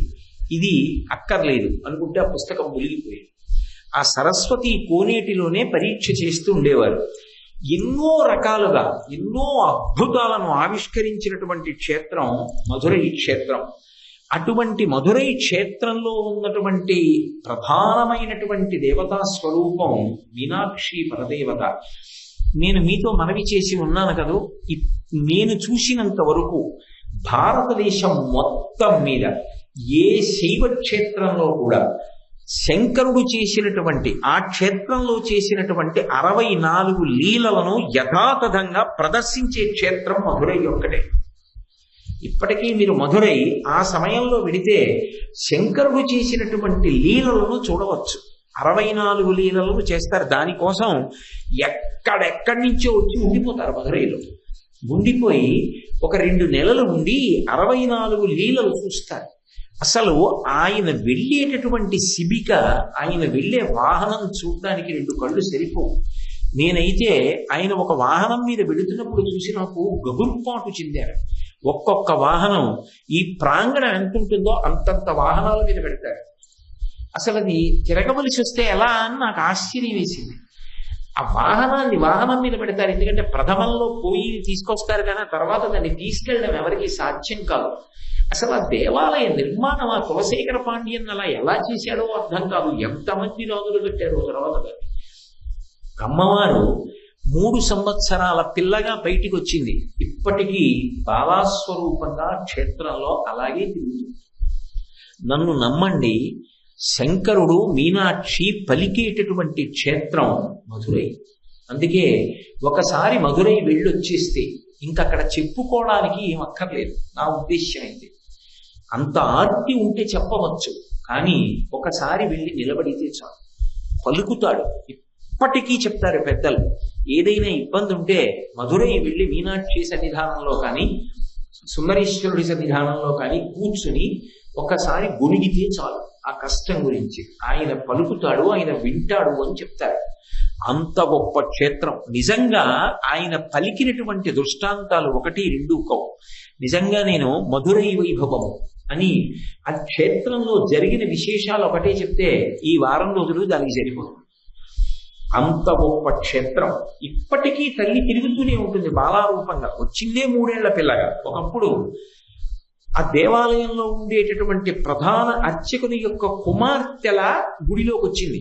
కులశేఖర పాండ్యన్ ఆసనం మీద కూర్చుని ఉన్నాడు. ఆలయంలోనే కుమార గురు అనబడేటటువంటి ఒక కవి తాను వ్రాసినటువంటి పుస్తకం సరస్వతి కోనేరులో పైకి తేలితే అందులో ఉన్నటువంటి కీర్తనలు పాడుతున్నాడు. ప్రధాన అర్చకుడి యొక్క కుమార్తె రూపంలో సభాప్రవేశం చేసిన పిల్ల తిన్నగా వెళ్ళి తండ్రి ఒళ్ళో కూర్చోకుండా కులశేఖర పాండ్యన్ ఒళ్ళోకి ఎక్కి కూర్చుంది. మహారాజు మధురై క్షేత్రంలో కానీ శ్రీశైలం భ్రమరాంబ దగ్గర కానీ బాల రూపంలో కనపడుతుంది అంటారు అమ్మవారు. అందుకని ఎత్తి తొడ మీద కూర్చోబెట్టుకున్నాడు. కూర్చోబెట్టుకున్న కాసేపటికి ఆ పాట పాడుతున్నటువంటి వ్యక్తి 2 ప్రత్యేకమైనటువంటి కీర్తనలు పాడాడు తన పుస్తకంలోంచి. అవి వింది శహభాష్ అని అవ్యక్త మధుర నాదం చేసి తాను ఏ ప్రభువు ఒళ్ళో కూర్చుందో ఆ కులశేఖర పాండ్యన్ యొక్క మెడలో ఉన్న హారాన్ని తీసి నడుస్తూ వెళ్ళి ఆ కుమారగురువు మెడలో అలంకారం చేసి అంతర్ధానమైపోయింది. ఇప్పటికీ మధురైలో జరిగినటువంటి లీలలు, మధురైలో జరిగినటువంటి వృత్తాంతాలు ఎన్ని ఆ గోడల మీద చెక్కబడి ఉంటాయో. మధురై క్షేత్రానికి వెళ్ళి ఒక్కరోజు ఉండి వచ్చేశాను అని ఎవరైనా అంటే నాకు చాలా ఆశ్చర్యంగా ఉంటుంది, ఎలా రాగలిగారు. ఎందుచేత అంటే అక్కడ చూడవలసినటువంటి విశేషాలు అన్నీ ఉన్నాయి. అసలు దేవాలయ ప్రవేశం చేసేటప్పుడు ఉండేటటువంటి నంది దగ్గర నుంచి ఎన్ని విశేషాలు, 2 కళ్ళు సరిపో. అసలు ఏమి శిల్ప వైభవమో, ఏమి దేవాలయమో, ఏమి పరదేవతో, ఏమి శంకర వైభవమో. మహానుభావుడు అలా పలుకుతూ ఉంటాడు ఆర్తి పొందిన వాళ్ళకందరికీ. అటువంటి మీనాక్షి పరదేవత ఒకానొకప్పుడు సుబ్రహ్మణ్యుడు తనకి కుమారుడుగా వస్తే ఉగ్రపాండ్యన్కి పట్టాభిషేకం చేసి తాను ఏ రూపంతో వచ్చిందో అటువంటి రూపంతో మూర్తి ప్రవేశం చేసింది. అందుకే ఇప్పటికీ విగ్రహము అనరు, మీనాక్షి పరదేవత అని అంటారు. చిత్రం ఏంటంటే అమ్మవారు ద్విభుజి, 2 చేతులతోటే ఉంటుంది. మీరు చాలా జాగ్రత్తగా గమనించగలిగితే ఒక్క మధురైలో అమ్మవారి యొక్క చేతులు అందం, నిజానికి చాలా అందం. మీరు ఆ అందాన్ని పట్టుకునేటట్టు చూడగలగాలంతే. ఎందుకనంటే కుడి చేత్తో ఇలా పూలగుత్తి పట్టుకుంటుంది, ఎడం చెయ్యి చాలా చిత్రంగా చాపుతుంది. ఇలా లంబిత హస్తం ఓ పక్కకి ఎడం పక్కకి ఇలా ఉరిగి ఎడం చెయ్యి చాపుతుంది. అమ్మవారి యొక్క భుజం మీద ఒక చిలక వాలి ఉంటుంది. ఆ చిలక దేనికి సంకేతము అంటే ఎవరు నా క్షేత్రానికి వచ్చారో వారు నోరు విప్పి అడగవలసిన అవసరం లేదు. ఈ క్షేత్ర ప్రవేశం చేసిన వాళ్ళు, ఈ క్షేత్రంలోకి వచ్చినటువంటి వాళ్ళు 2 పొందుతారు. ఒకటి శాంతి. మనసు ఎంత అలజడితో ఉన్న వాళ్ళు కూడా ఒక్కొక్కసారి మనం ఎంత పవిత్రమైన జీవితంలో ఉన్నా అక్కర్లేని రాళ్ళు విసిరే వాళ్ళు చాలా మంది ఉంటారు. అలా మనసు ఎప్పుడైనా అశాంతికి గురైనప్పుడు మధురై వెడితే మనసు ప్రశాంతతకు, నేను శాంతినిస్తాను నీకు అని అభయం ఇచ్చినటువంటి క్షేత్రం మధురై. ఆ మధురైలో అమ్మవారు భుజం మీద చిలకగా వాలి కూర్చుని ఉన్నటువంటి మూర్తిగా ఉండడం వెనక ఉన్నటువంటి విశేషం అదిగా చెప్తారు ఆ క్షేత్రాన్ని. ఈ క్షేత్రానికి వచ్చి ఎవరు దర్శనం చేస్తారో వారికి మొట్టమొదట శాంతి కలుగుతుంది. 2, అమ్మవారి దర్శనం చేసినటువంటి వాళ్ళు ఎవరు ఉంటారో, ఆ క్షేత్ర ప్రవేశం చేసిన వాళ్ళు ఎవరు ఉంటారో అటువంటి వాళ్ళందరికీ కూడా అభ్యున్నతి కలుగుతుంది. అభ్యున్నతిని, శాంతిని ఇవ్వగలిగినటువంటి క్షేత్రం కనుక ఆ క్షేత్రంలో అమ్మవారి భుజం మీద చిలక వాలి ఉంటుంది. శంకర భగవత్పాదులు సౌందర్య లహరిలో ఎక్కడ మీనాక్షి అన్న పేరు వాడలేదు. వ్యాస భగవానుడు మీనాక్షి అన్న పేరు లలితా సహస్రంలో వాడలేదు. వాడకుండా వక్రలక్ష్మీ పరివాహచలన్మీ నభలోచన అని మీనాక్షి సంకేతం చేశారు. అలాగే శంకర భగవత్పాదులు సౌందర్య లహరి దగ్గరికి వచ్చేటప్పటికీ తవాపర్ణీకర్ణీ జపనయనపై శూన్యచకితా అన్న శ్లోకంలో మీనాక్షి పరదేవత స్తుతి చేసి మీనాక్షిని సంకేతించారు. ఎందుకు మీనాక్షి గురించి చెప్పలేదు అంటే అసలు మీనాక్షి పరదేవత గురించి చెప్పడానికి వాక్కులు సరిపో. అందుకే అష్టకం చేసినప్పుడు శబ్ద బ్రహ్మమయీ చరాచరమయీ జ్యోతిర్మయీ వాంగ్మయీ అన్నారు. అలాగే మీరు ఇందులో చూడండి, నాద బ్రహ్మమయీం అని. శబ్దములన్నీ ఎందులోకి వెళ్ళిపోతాయో అది నాదము. ఆ నాదము నుండి శబ్దములన్నీ ఉత్పన్నమవుతాయి. సమస్త శబ్ద రాశితేత చెప్పినా వాడి గురించి చెప్పడం కుదరదు. అందుకే సంకేతించి విడిచారు తప్ప అసలు మీనాక్షి పరదేవత పేరే చెప్పరు. అంత గొప్ప తల్లి విశేషం ఏమిటంటే మీరు స్పష్టంగా చూడగలిగితే ఆ దేవాలయంలో కళ్ళు రెండు తెరిచి ఇలా రెప్ప వెయ్యకుండా ఎంతసేపైనా తెరిచి నిలబడి మీ గురించి ఎదురు చూస్తున్నట్టుగా కనపడుతుంది ఆవిడ. అలా కనురెప్ప వేయకపోతే అది ఏ తత్వమునకు ప్రతీక అంటే ఆ బ్రహ్మకీట జనని, సమస్త బ్రహ్మాండములకు ఆమె జననీ స్వరూపం. ఆమె కనురెప్ప వేసిందనుకోండి బ్రహ్మాండములు లయమైపోతాయి. ఉన్మీష నిమిషోత్పన్న విపన్న భవనామళి.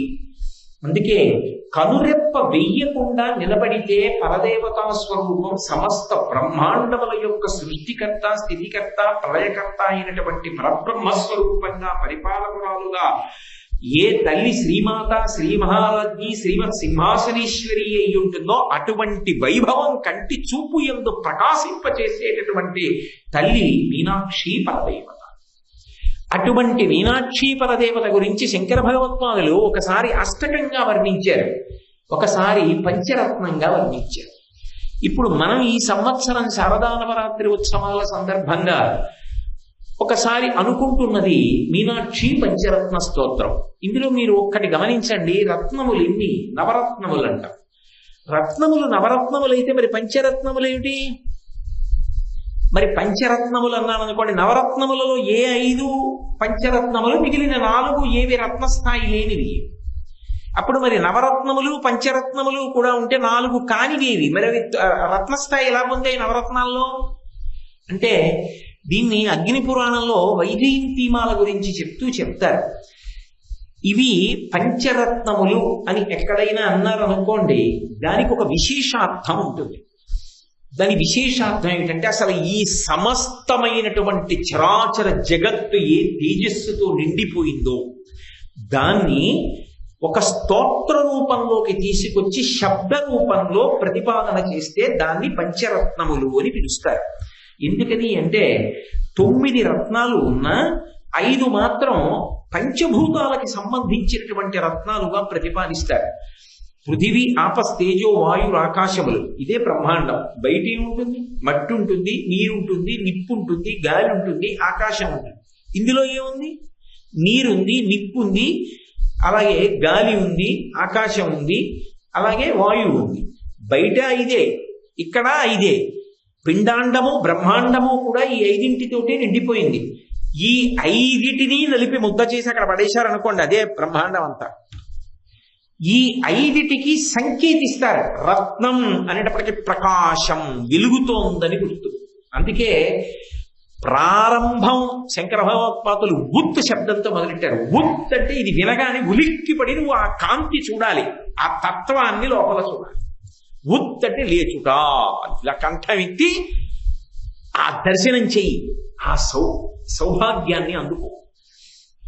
ఇప్పుడు ఏమిటి అంటే పృథివీ సంబంధమైనటువంటి రత్నము మనకి ఇంద్రనీలమణి, అలాగే అప్ అంటే నీటి సంబంధమైనటువంటిది ముత్యం, పృథివీ తేజో అగ్ని సంబంధమైనటువంటిది కౌస్తుభం, పృథివీ ఆపస్ తేజో వాయు వాయు సంబంధమైనటువంటిది వైఢూర్యం, ఆకాశ సంబంధమైనటువంటిది పుష్యరాగం. ఈ 5 రత్నములకు మాణిక్యములని మళ్ళీ ఒక పర్యాయ పదం ఉంది. అందుకే మళ్ళీ నవరత్నాల్లో మాణిక్యం చెప్తారు. ఈ 5 కలిపి పంచభూతముల యొక్క తత్వాన్ని రత్న రూపంలో ప్రకాశింపచేస్తాయి. ప్రకాశించాలంటే ఇప్పుడు పృథివీ ఉందండి, పృథివికి ప్రకాశం అంటే ఏమిటి? దీనికి ఓ ప్రత్యుత్పత్తి శక్తి, ఇందులోంచి మొక్కలు పుడతాయి. గంధద్వారాంధురాదరుషాం నిత్య పుష్టాం కరీషిణీం ఈశ్వరీం సర్వభూతానాం తామిహోపక్వజే శ్రియం. అది భూదేవతను ఉద్దేశించి చెప్పిన మంత్రం. అది గంధద్వారాంధురాధరుషాం అంటే భూమికి సువాసన ఉంటుంది. అలాగే భూమికి శక్తి పెరుగుతూ ఉంటుంది, తేజస్సు. దేనివల్ల పెరుగుతుంది అంటే అశ్వక్రాంతే రథక్రాంతే విష్ణుక్రాంతే వసుంధర అంటుంది వేదం.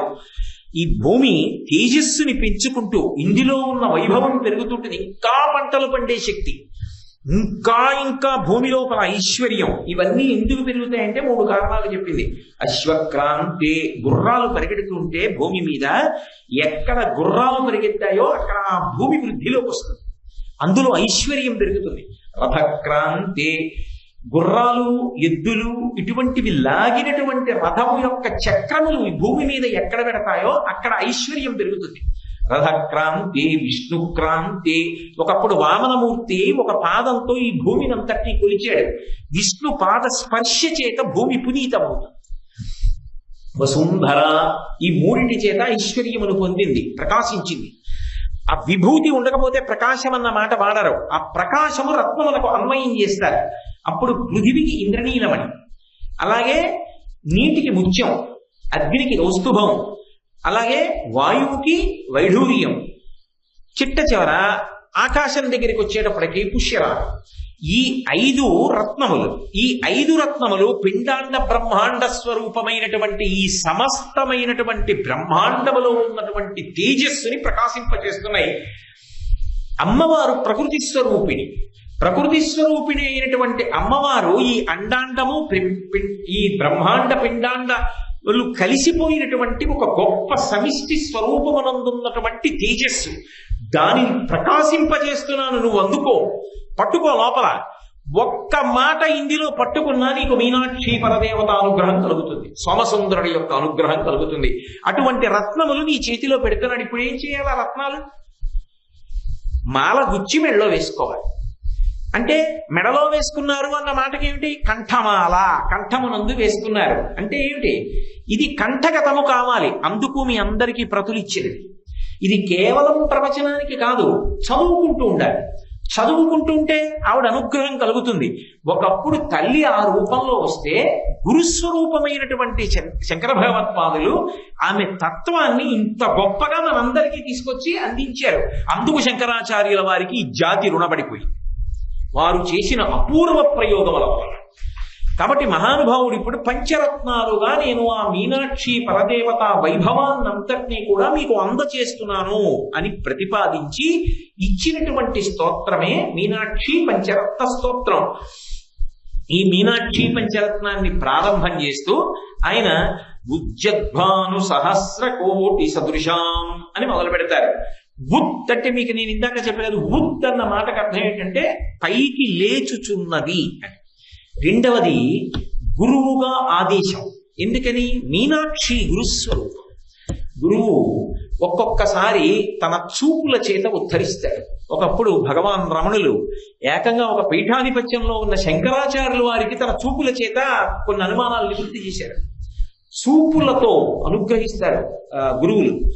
అలా చూపు చేత అనుగ్రహించగలిగినటువంటి గురుతత్వానికి ప్రతీక మీనాక్షి. అందుకనే ఆ గురుతత్వాన్ని, ఆ గురుస్వరూపమే అయిన శంకర భగవత్పాదులు మనకు అందిస్తున్నారు. ఇంత గొప్ప వైభవమా, ఇంత గొప్ప మీనాక్ష ఒక మనుష్య రూపంతో ఈ భూమి మీద తిరిగిందా, భూమిని పరిపాలన చేసిందా? సాధారణంగా విష్ణువు అవతారం తీసుకుని పరిపాలన చేస్తారు. విష్ణువు కన్నా అభిన్నం. విష్ణువు వైష్ణవి వాళ్ళిద్దరు ఒకటే, నారాయణ నారాయణి. అందుకని ఆవిడ పరిపాలన చేసింది. పరిపాలన చేసిన అమ్మవారి వైభవమా, ఇన్ని విశేషాలా మీనాక్షివి? అబ్బా, శంకరులు చెప్పడమా పంచరత్నాలుగా అనేటప్పటికీ స్తోత్రం చదవడం మొదలెట్టేటప్పటికే ఏమవ్వాలి? నిద్రాణంగా ఉండకూడదు, ఉత్ పైకి లేవాలి, సంతోషంగా ఉండాలి. ఇది మాటతో శంకరులు చేస్తున్న ప్రబోధం పైకి కనపడకుండా లోపల ముందు అమ్మవారిని చెప్పట్లేదు, అమ్మవారి కాంతి చెప్తున్నారు. అమ్మవారిని ఎక్కడ చెప్పినా సత్సంప్రదాయం ఏమిటంటే ముందు ఆవిడ కాంతి స్వరూపం చెప్తారు. సూర్యుడు అన్నారనుకోండి, మీరు సూర్యోదయమునకు ముందు అరుణోదయం ఉంటుంది, ఎర్రటి కాంతి వస్తుంది మొదట. అమ్మవారు వచ్చేటప్పుడు కూడా ముందు ఆవిడలో ఉన్నటువంటి పరమాద్భుతమైనటువంటి కాంతి కనపడుతుంది. అసలు సంప్రదాయంలో ఉపాసనలో ఒక రహస్యం ఉంది. ఆ కాంతి తత్వం కానీ ఆ కాంతి కానీ మనసుని పట్టుకుందనుకోండి, ఇక మీ ప్రయత్నం అక్కర్లా, ఆవిడే మిమ్మల్ని లాగేస్తుంది. అందుకని దానితో మొదలెడుకున్నాడు శంకరాచార్యులు గారు. ఉద్యద్భాను సహస్ర కోటి సదృశాం. ఒక్క సూర్యబింబం ఉదయిస్తోంది అనుకోండి, ఎప్పుడైనా మీరు ఆ సూర్యబింబం ఉదయిస్తున్నటువంటి స్థితిని వెళ్ళి చూశారనుకోండి, సముద్రంలోంచి ఇలా బాలసూర్యబింబం వస్తుంటే ఆకాశం అంతా ఎర్రటి రంగుతో కప్పేస్తుంది. ఒక్క సూర్యబింబం ఉదయిస్తుంటేనే అంత పెద్ద కాంతి, ఎర్రటి కాంతి వస్తే ఇక సహస్ర కోటి సదృశాం. సహస్రం అంటేనే అనంతము. అనంతమైనటువంటి సంఖ్యని కోటి పెట్టి హెచ్చవేశారనుకోండి, పోనీ 1000ని కోటి పెట్టి హెచ్చవేశారనుకోండి, అంతమంది బాలసూర్యులు ఒక్కసారి ఉదయిస్తున్నారనుకోండి, ఎంత ఎర్ర కాంతి వస్తుంది. ఇప్పుడు మీరు ఒకటి బాగా గుర్తుపెట్టుకోండి, ఆ ఎర్రకాంతిలో మీరు కూడా మునిగిపోతారు. అది ఉపాసనలో పెద్ద రహస్యం. ఇది మీరు చూడడం మీకు అలవాటైతే కాంతి కన్నా మీరు భిన్నంగా ఉంటారు. ఇది పట్టుకోవాలంటే ఒకటే మార్గం ఉంటుంది. ఎప్పుడైనా మీరు సముద్ర తీరానికి వెళ్ళి సూర్యోదయాన్ని చూడాలి. సూర్యోదయం చూస్తే రహస్యం అర్థం అవుతుంది. ఎర్రటి కాంతి వస్తున్నప్పుడు కాంతి యందు మీరు చూస్తున్నటువంటి నగరం మునిగిపోతుంది.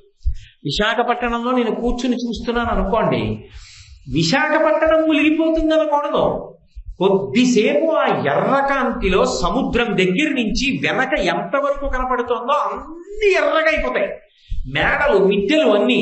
మీరు అంతకన్నా భిన్నంగా ఉంటారా? ఇప్పుడు ఆ ఎరుపు కాంతిలో మీరు కూడా మునిగిపోయారు. ఇది ఉపాసన. ఆవిడ యొక్క అనుగ్రహ కాంతుల యందు అరుణ వర్ణమే కారుణ్యము. అరుణ కరుణ, అందుకే అరుణాం కరుణా తరంగితాక్షీం అంటారు. ఆ ఎర్రటి వర్ణం ఎంత దట్టమైన ఎరుపు, ఎంత కాంతి వచ్చేస్తోందంటేట ఉద్యద్భాను సహస్ర కోటి సదృశాం. 1000 కోట్ల సూర్యులు ఒక్కసారి ఉదయిస్తే ఎంత కాంతి వస్తుందో, మీనాక్షి పరదేవత వస్తుంటే అంత కాంతి వచ్చింది. అయితే మీరు నన్ను ఒక మాట అడగచ్చు, ఏమండి ఇదే శ్లోకంలో పీతాంబరాలంకృతాం అని ఉందా లేదా? పచ్చని బట్టలు కట్టుకుని ఉంది అని ఉందిగా. పచ్చని బట్టలు కట్టుకుని ఉంటే మరి పచ్చటి కాంతి ఇంతైనా ఉండాలిగా. ఎర్రటి కాంతి చెప్తున్నారే శంకరాచార్యులు గారు అంటే నేను ముందే మీకు మనవి చేసి, ఆ ఎర్ర కాంతి ముంచేస్తుంది అన్నింటినీ, అన్నీ అందులో మునిగిపోతాయి. ఈ పసుపు కూడా ఎరుపులో మునిగిపోతుంది. 2 ఎరుపు రంగు అమ్మవారు అని అన్నప్పుడు మీరు వెంటనే తత్వత జ్ఞాపకం పెట్టుకోవలసినటువంటి అంశం ఒకటి ఉంటుంది. అది ఆమె యొక్క అవధి లేని కారుణ్యం. అసలు ఆ కారుణ్యానికి అవధి ఉండదు. అవధి ఉండదు కాబట్టే మీనాక్షీం ప్రణతోస్మి సంతతమహం కారుణ్యవారాం నిధిం. నీ యొక్క కారుణ్యం ఎటువంటిది? సముద్రం లాంటిది. నీ దయ సముద్రం ఎలా ఉంటుందో అలా ఉంటుంది. సూర్యబింబం యొక్క ఎరుపుతనం ఎక్కడ చూడాలి? సముద్రంలో ఉదయిస్తున్నప్పుడు చూడాలి. ఇప్పుడు కారుణ్యవారాన్నిధిం, సముద్రం లోతు తెలుసుకుందామని మీరు ప్రయత్నం చేశారనుకోండి, సముద్రంలో మునిగిపోతారు. ఒక పంచదార బొమ్మ సముద్రపు లోతు కనిపెడదామని అడిగితే సముద్రంలో కరిగిపోతుంది. ఉప్పు బొమ్మ సముద్రంలోకి పెడితే సముద్రంలో కరిగిపోతుంది. అలా అమ్మవారి కారుణ్యం తెలుసుకునే ప్రయత్నం చేస్తే అమ్మవారిలో లీనమైపోతాడు, కలిసిపోతాడు. ఇప్పుడు ఆ ఎరుపు ఏమి అంటే ఆవిడ కారుణ్యమే, ఆ అరుణవర్ణమే ఆవిడ కరుణ. అంత దయ కలిగిన తల్లి, ఇంత దయ కలిగిన తల్లి ఎరుపు వర్ణము చేత ఏం చేస్తూ ఉంటుంది అంటే, ఇందులో మీరు ఒక్క సాంకేతికమైన విషయాన్ని జాగ్రత్తగా పట్టుకోవాలి. చూడండి, రంగుల గురించి చెప్పినప్పుడు ఒక్క తెలుపు కిరణంలోంచి 7 రంగులు వచ్చాయి అనుకోండి, దాన్ని చిన్నతనంలో మనం పాఠంలో నేర్చుకుంటాం, విబ్జిఆర్ అంటాం. Violet, yellow, IndiGo, blue, green, orange, red. చివరి హద్దు ఎరుపు, చిట్ట చివర ఎరుపు చెప్తాం విబ్జిఆర్ లో. చివర ఎరుపు. ఎరుపు దాటితే ఏముంటుంది? ఇంకా తెలుపు ఉంటుంది. వీకి ముందే ఉంటుంది, వర్ణములన్నిటికీ ముందే ఉంటుంది నలుపు ఉంటుంది. ఈ నలుపు కానీ ఆ తెలుపు కానీ రంగులుకో. ఆ తెలుపు అన్ని వదిలిపెట్టేస్తుంది, నలుపు అన్ని పుచ్చేసుకుంటుంది. రెండు రంగులుకో. శాశ్వతత్వం మనకు ప్రతీక. అందుకే చివరికి బొగ్గు అయిపోయింది. ఇంకా బొగ్గు కూడా ఏమైపోవాలి? మహా అయితే బూడిదైపోవాలి. అందుకే నల్లగా ఉంటాడు విష్ణువు, తెల్లగా ఉంటారు శివుడు. దాని అర్థం ఏమిటంటే రెండు శాశ్వతత్వములకు ప్రతీకలు. శాశ్వతమైనటువంటి వాడివి, అసలు అవధి లేని వాడివి, ఆత్మస్వరూపమైనటువంటి వాడివి జీవుడిగా ఒకనాడు ఒరిగిపోయి కిందకొచ్చేసి అజ్ఞానంతో నేను జీవుడని అనుకుంటే అది ఆ ఎరుపు వలన జరిగినటువంటి పరిణామం. అమ్మవారే మహామాయా స్వరూపిణి. మహామాయా విశ్వం భ్రమయసి పరబ్రహ్మ మహిషి. ఆవిడ మహామాయా స్వరూపిణి జీవుడిగా దిప్పుతోంది. ఇప్పుడు ఆ ఎరుపుతనం దేనికి గుర్తు అంటే మూడిటికి గుర్తు. ఒకటి, ఆ ఎరుపుతనంతో ఆవిడ ఏం చేస్తుందంటే మాయలో తిప్పుతుంది. మాయలో తిప్పడం అన్న మాటకు అర్థం ఏంటి? ఏవి అశాశ్వతమైనవో ఆ అశాశ్వతమైనటువంటి వాటినన్నిటినీ కూడా అందుకోవాలన్న తాపత్రయంతో లోపల తల్లి ఎన్ని రకాలైన శక్తులను ఇస్తోందో అన్నిటినీ దుర్వినియోగం చేస్తుంటాడు. ఇంద్రియముల యొక్క సుఖముల కొరకు పోతుంటుంది శక్తి. కన్ను చూసే శక్తి ఏవో చూస్తూ గడిపేస్తాడు, చెవి వినే శక్తి ఏవో వింటూ గడిపేస్తాడు, ముట్టుకునే శక్తి ఏదో ముట్టుకుంటూ గడిపేస్తాడు, తినే శక్తి ఏదో తింటూ గడిపేస్తాడు. మొత్తానికి ఎన్ని రకాల శక్తులు అమ్మవారి ఇచ్చిందో అవన్నీ కూడా కేవలము భోగము కొరకు మాత్రమే ఉపయోగపడితే ఆ స్థాయిలో ఆవిడ ఏం చేస్తోంది అంటే మహామాయా విశ్వం భ్రమయసి పరబ్రహ్మ మహిషి. మళ్ళీ పుట్టుక మళ్ళీ చావు, మళ్ళీ పుట్టుక మళ్ళీ చావు కొరకు తిప్పుతోంది. ఇప్పుడు అమ్మా నాకు వద్దమ్మా, నువ్వు నాకు ఇచ్చిన విభూతులు ఏమున్నాయో వాటిని సద్వినియోగం చేయించి నాకు శంకరుడు అర్థమయ్యేటట్టు చెయ్యమ్మా అని ఆ అమ్మని ప్రార్థిస్తే ఆమె రెండవ విభూతిని ప్రసరిస్తుంది. ఏమిటా విభూతి అంటే, నాకు ఇవన్నీ అక్కర్లేదు, నేను ఈ అశాశ్వతమైన వాటి వెంట పరుగు తీయను. నాకు ఏది సత్యమో, ఏది మార్పు లేనిదో, ఏది పరమేశ్వరుడో, ఎవరు సోమసుందరుడో వాడు నాకు ఎరుకలోకి రావాలి, వాడు నాకు తెలియాలి. వాడు తెలిస్తే నేను వాడైపోతాను. బ్రహ్మవిత్ బ్రహ్మైవ భవతి. బ్రహ్మము తెలిస్తే బ్రహ్మమైపోతున్నాడు. అది అనుభవంలోకి రావాలి. నాలా వాచా వేదాంతం కాదు, అది అనుభవంలోకి రావాలి. అలా వచ్చేటట్టుగా నువ్వు చెయ్యి తల్లి అని ఒక మార్పు వచ్చి అడిగేటట్టు చెయ్యగలిగినది కూడా ఆవిడే. అందుకే మార్పు ఎక్కడ ఉంటుందో అక్కడ ఎరుపు ఉంటుంది. చీకటి పోయింది, తెల్లవారుతోంది, ఎరుపు. పగలు మధ్యందిని స్థితిని పొందింది, ఎరుపు. పగలు పోయి రాత్రి వస్తోంది, మళ్ళీ రాత్రి వేళ ప్రారంభంలో ప్రదోష వేళలో ఎరుపు. ఎరుపు ఎక్కడ ఉన్నదో అది మార్పునకు గుర్తు, ఎరుపు ఎక్కడ ఉన్నదో అది ప్రేమకు గుర్తు. అందుకే ఆ రక్తవర్ణ ఎర్రటి రంగులో ఉంటుంది. ఏమిటి దాని అర్థం? క్రియాశక్తి. ఏదైనా చేయించేది ఆవిడే. అది చేసేటప్పుడు అహంకారం లేకుండా నిస్వార్థంగా భగవంతుణ్ణి నమ్ముకుని బ్రతికేటట్టుగా చెయ్యగలిగినది ఆవిడే. చిట్ట చివరికి ఆ భగవంతుని వైపుకి అడుగులు వేయించి భగవంతునిలో కలపగలిగినది ఆవిడే. కాబట్టి ఇప్పుడు క్రియాశక్తి స్వరూపమై ఆ తల్లి ఆయన గురించి ఆలోచింపజేస్తుంది. అందుకని ఎరుపు. మూడవ స్థాయిలో కదిలి కదిలి కదిలి కదిలి, ఎందుకని ఆ ఎరుపు తర్వాత ఇంకేముంది? తెలుపు ఉంది.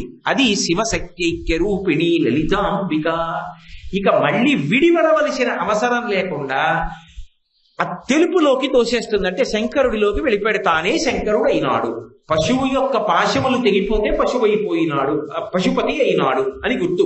చిరంజీవన్నేవ క్షపిత పశుపాశ వ్యతికర పరానందాభిజ్ఞం రసయతి రసం తద్భజనవాన్ అంటారు శంకరులు సౌందర్యాలలో. ఆ పశుపాశములు తెగిపోయి తాను పశుపతి కావాలి. అలా చెయ్యగలిగినది ఎవరు? ఆ తల్లి. అనేకమైన పరీక్షలు పెడుతుంది.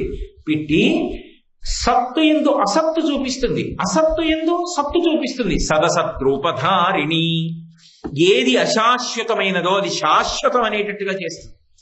ఏది అసత్యమో అది సత్యంలా చూపిస్తుంది, ఏది సత్యమో అది అసత్యంలా చూపిస్తుంది. హనుమంతటి వారికి మండోదరిలో సీతమ్మని చూపించింది. అసలు సీతమ్మ కనపడినప్పుడు ఏ కదలికలు లేవు. సాధన చెయ్యగా కింద పెట్టి మీద పెట్టి తిప్పి చేసి ఏమి చెయ్యమ్మా నీ కాళ్ళు మాత్రం వదలను అన్నవాడిని పరమ ప్రేమతో రక్షించుకుంటుంది తన బిడ్డగా. ఎవరు ఏం చేయలేరు వాణ్ణి పొదివి పట్టి కాపాడుకుంటుంది. కాపాడుకుని ఆ వస్తువు ఇక మళ్ళీ పుట్టవలసిన అవసరం లేకుండా ఆ పక్కన ఉన్నటువంటి తెలుపులోకి కలిపేస్తుంది. ఇది ఆవిడ యొక్క అనుగ్రహం. అందుకే ఎరుపు వర్ణంతోటే ప్రారంభం కావాలి. ఆవిడ యొక్క ఆవిర్భావం చెప్తే ఎరుపుతో చెప్పాలి తప్ప ఆ ఎరుపు, ఆ ప్రేమ, ఆ శక్తి, ఆ తిప్పడం అది ఎంత అంటే ఎవరూ చెప్పలేరు. రెండు, ఆవిడ దగ్గర ఒక గొప్ప గుణం ఉంది. ఇప్పుడు నేను చెప్పింది వ్యక్తి స్థాయిలో, వ్యక్తి స్థాయి కాదు. ఆవిడ దగ్గర ఒక పరమాద్భుతమైన గుణం ఏమిటంటే ఆవిడ మొత్తం ఈ బ్రహ్మాండాలంతటినీ శివుడిలో కలిసిపోతుంటే చూస్తాడు. అందుకే మహాప్రళయ సాక్షిని, సాక్షిగా చూస్తున్నప్పుడు ఇంకెవ్వరు ఉండరు, అన్నీ ఆయనలోకి వెళ్ళిపోతాయి. వెళ్ళిపోతే ఆవిడ ఆయనలోకి వెళ్ళిపోతుంది. అప్పుడు ఎవరు ఉంటారు? ఎవ్వరు ఉండరు, ఆయన ఒక్కడే ఉంటాడు. జీవులన్నీ విశ్రాంతి తీసుకుంటాయి. మళ్ళీ పునః సృష్టి కలగాలనుకోండి, మొట్టమొదటి కదలిక ఎక్కడో తెలుసా? ఎక్కడ మొదటి కదలిక వచ్చి మొదటి మార్పు వచ్చినా అది ఎరుపే అవ్వాలి. శంకరుడు యందు మొదటి కదలికగా వచ్చేది ఏమిటో తెలుసా? నేను అన్న భావన కలుగుతుంది. అంటే మీకు బాగా అర్థం అవ్వాలి అంటే, ఒక వ్యక్తి బాగా ధ్యానం చేస్తూ ఉండిపోయాడు అనుకోండి. ధ్యానం చేయడం అన్న మాటకు అర్థం ఏంటండి? నేను ఏదో మొట్టమొదట రామచంద్రమూర్తిని చూస్తున్నాను ధ్యానంలో. రాముడు, నేను, ధ్యానము మూడు ఉన్నాయి. ధ్యానం పండిపోయింది. రాముడు వినా ఇంకోటి ఉండవు, మూడు ఒకటైపోతాయి. రాముడు ఒక్కడే ఉంటాడు అంతే. నేనన్న భావన కూడా ఉండదు. ఒక్క రామదర్శనమే అవుతూ ఇంకా నేనన్నది కూడా లేకుండా రామానందమనందు లయమైపోతాడు. ఆ లయమైపోయిన స్థితిలో ఎవరో గనక గిన్నె కింద పడేశాడు. చటుక్కున ఉలిక్కి పడతాడు. నేను ధ్యానం చేస్తున్నాను, రాముడిని ధ్యానం, నేను అన్న భావన కలుగుతుంది. అది మార్పు. ఈ నేను అన్న భావన కలిగితే రెండయింది. అక్కడి నుంచి ఇంక సృష్టి మొదలు. అందుకే శంకర భగవత్పాదులు సౌందర్యలహరి చేస్తూ ఒక అద్భుతమైన మాట వాడారు. మొదటి ఎరుపు ఎక్కడ అంటే వణత్కాంచీదామాకరి కలప కుంభస్తననత పరిక్షీణా మధ్యే పరిణత చంద్రవదన ధనుర్బాణం పాశం సురునిమపిక దధానాకరతలై పురస్తాదస్తాం నః పురమధిదురహో పురుషికా. అహో పురుషికా. నేను అన్న అహంస్ఫురణ శివుడికి కలిగితే అది ఒక రూపమును దాలిస్తే ఆవిడే కామాక్షి, ఆవిడే మీనాక్షి, ఆవిడే విశాలాక్షి. నహ, ఆవిడ మా ముందు కనపడుగాక. ఆ కనపడుతున్నప్పుడు ఆ కారుణ్యం సృష్టిని చేస్తుంది. ఇప్పుడు ఆ సృష్టి ఒకడు కాదు, ఈ సమస్త ప్రాణులను సృష్టిలోకి తీసుకొస్తుంది మళ్ళీ. ఎందుకని అంటే శివుడు కూడా బహిర్ముఖుణ్ణి చేసింది. ఇప్పుడు చేసి పక్కన తెచ్చి కూర్చోబెట్టుకుంటోంది. ఎందుకని అంటే ఇన్ని ప్రాణులను సృజిస్తే తప్ప వాళ్ళు మళ్ళీ కొత్త పుణ్యం చేసుకోవడానికి సాధన చేయలేరు. శారదా నవరాత్రులు వస్తున్నాయి, సాధన చేసి పుణ్యాన్ని మూట కట్టుకోవాలి. గత జన్మలో చేసినటువంటి పాపాలని దుఃఖ రూపంలో పోగొట్టేసుకోవాలి, సుఖాలని పుణ్యాన్ని సుఖ రూపంలో పోగొట్టేసుకోవాలి. సుఖ దుఃఖములు రెండు పోతే, పాప పుణ్యములు పోతే మోక్షానికి వెళ్ళిపోతాడు. కాబట్టి ఇన్ని ప్రాణులు పుట్టాలి. పుట్టేటట్టుగా శంకరుడిలో లయమైపోయినటువంటి జీవులు మళ్ళీ విడుదలై మళ్ళీ సృష్టి జరిగేటట్టుగా అహంస్ఫురణగా నేనన్న శంకరుడి మొదటి భావనకు ఎరుపు ఆమెయే. అప్పుడు కామేశ్వరి అంటారు. కామేశ్వరి అంటే శివుని యొక్క మొట్టమొదటి అహంస్ఫురణ, నేనన్న ఆలోచన. తర్వాత ఆవిడ యొక్క అనురాగము, కారుణ్యము. వీళ్ళందరికీ శరీరాలు ఇద్దాం అంటే ఇంత సృష్టి ఏర్పడుతోంది. సృష్టికర్త్రి బ్రహ్మరూపా గోత్రీ గోవిందరూపిణి సంహారిణి రుద్రరూపా తిరోధానకరీశ్వరి. కాబట్టి అమ్మా, నీవు వస్తున్నావు, నువ్వు కనపడుతున్నావు, ముందు ఎరుపు కనపడుతుంది. ఆ ఎరుపు ఎంత దట్టంగా ఉందో, ఎంత దట్టమైన ఎరుపులో మీరు కూడా కప్పబడిపోయారో అంత అనుగ్రహం మీకు అమ్మవారు వర్షిస్తోందని గుర్తు.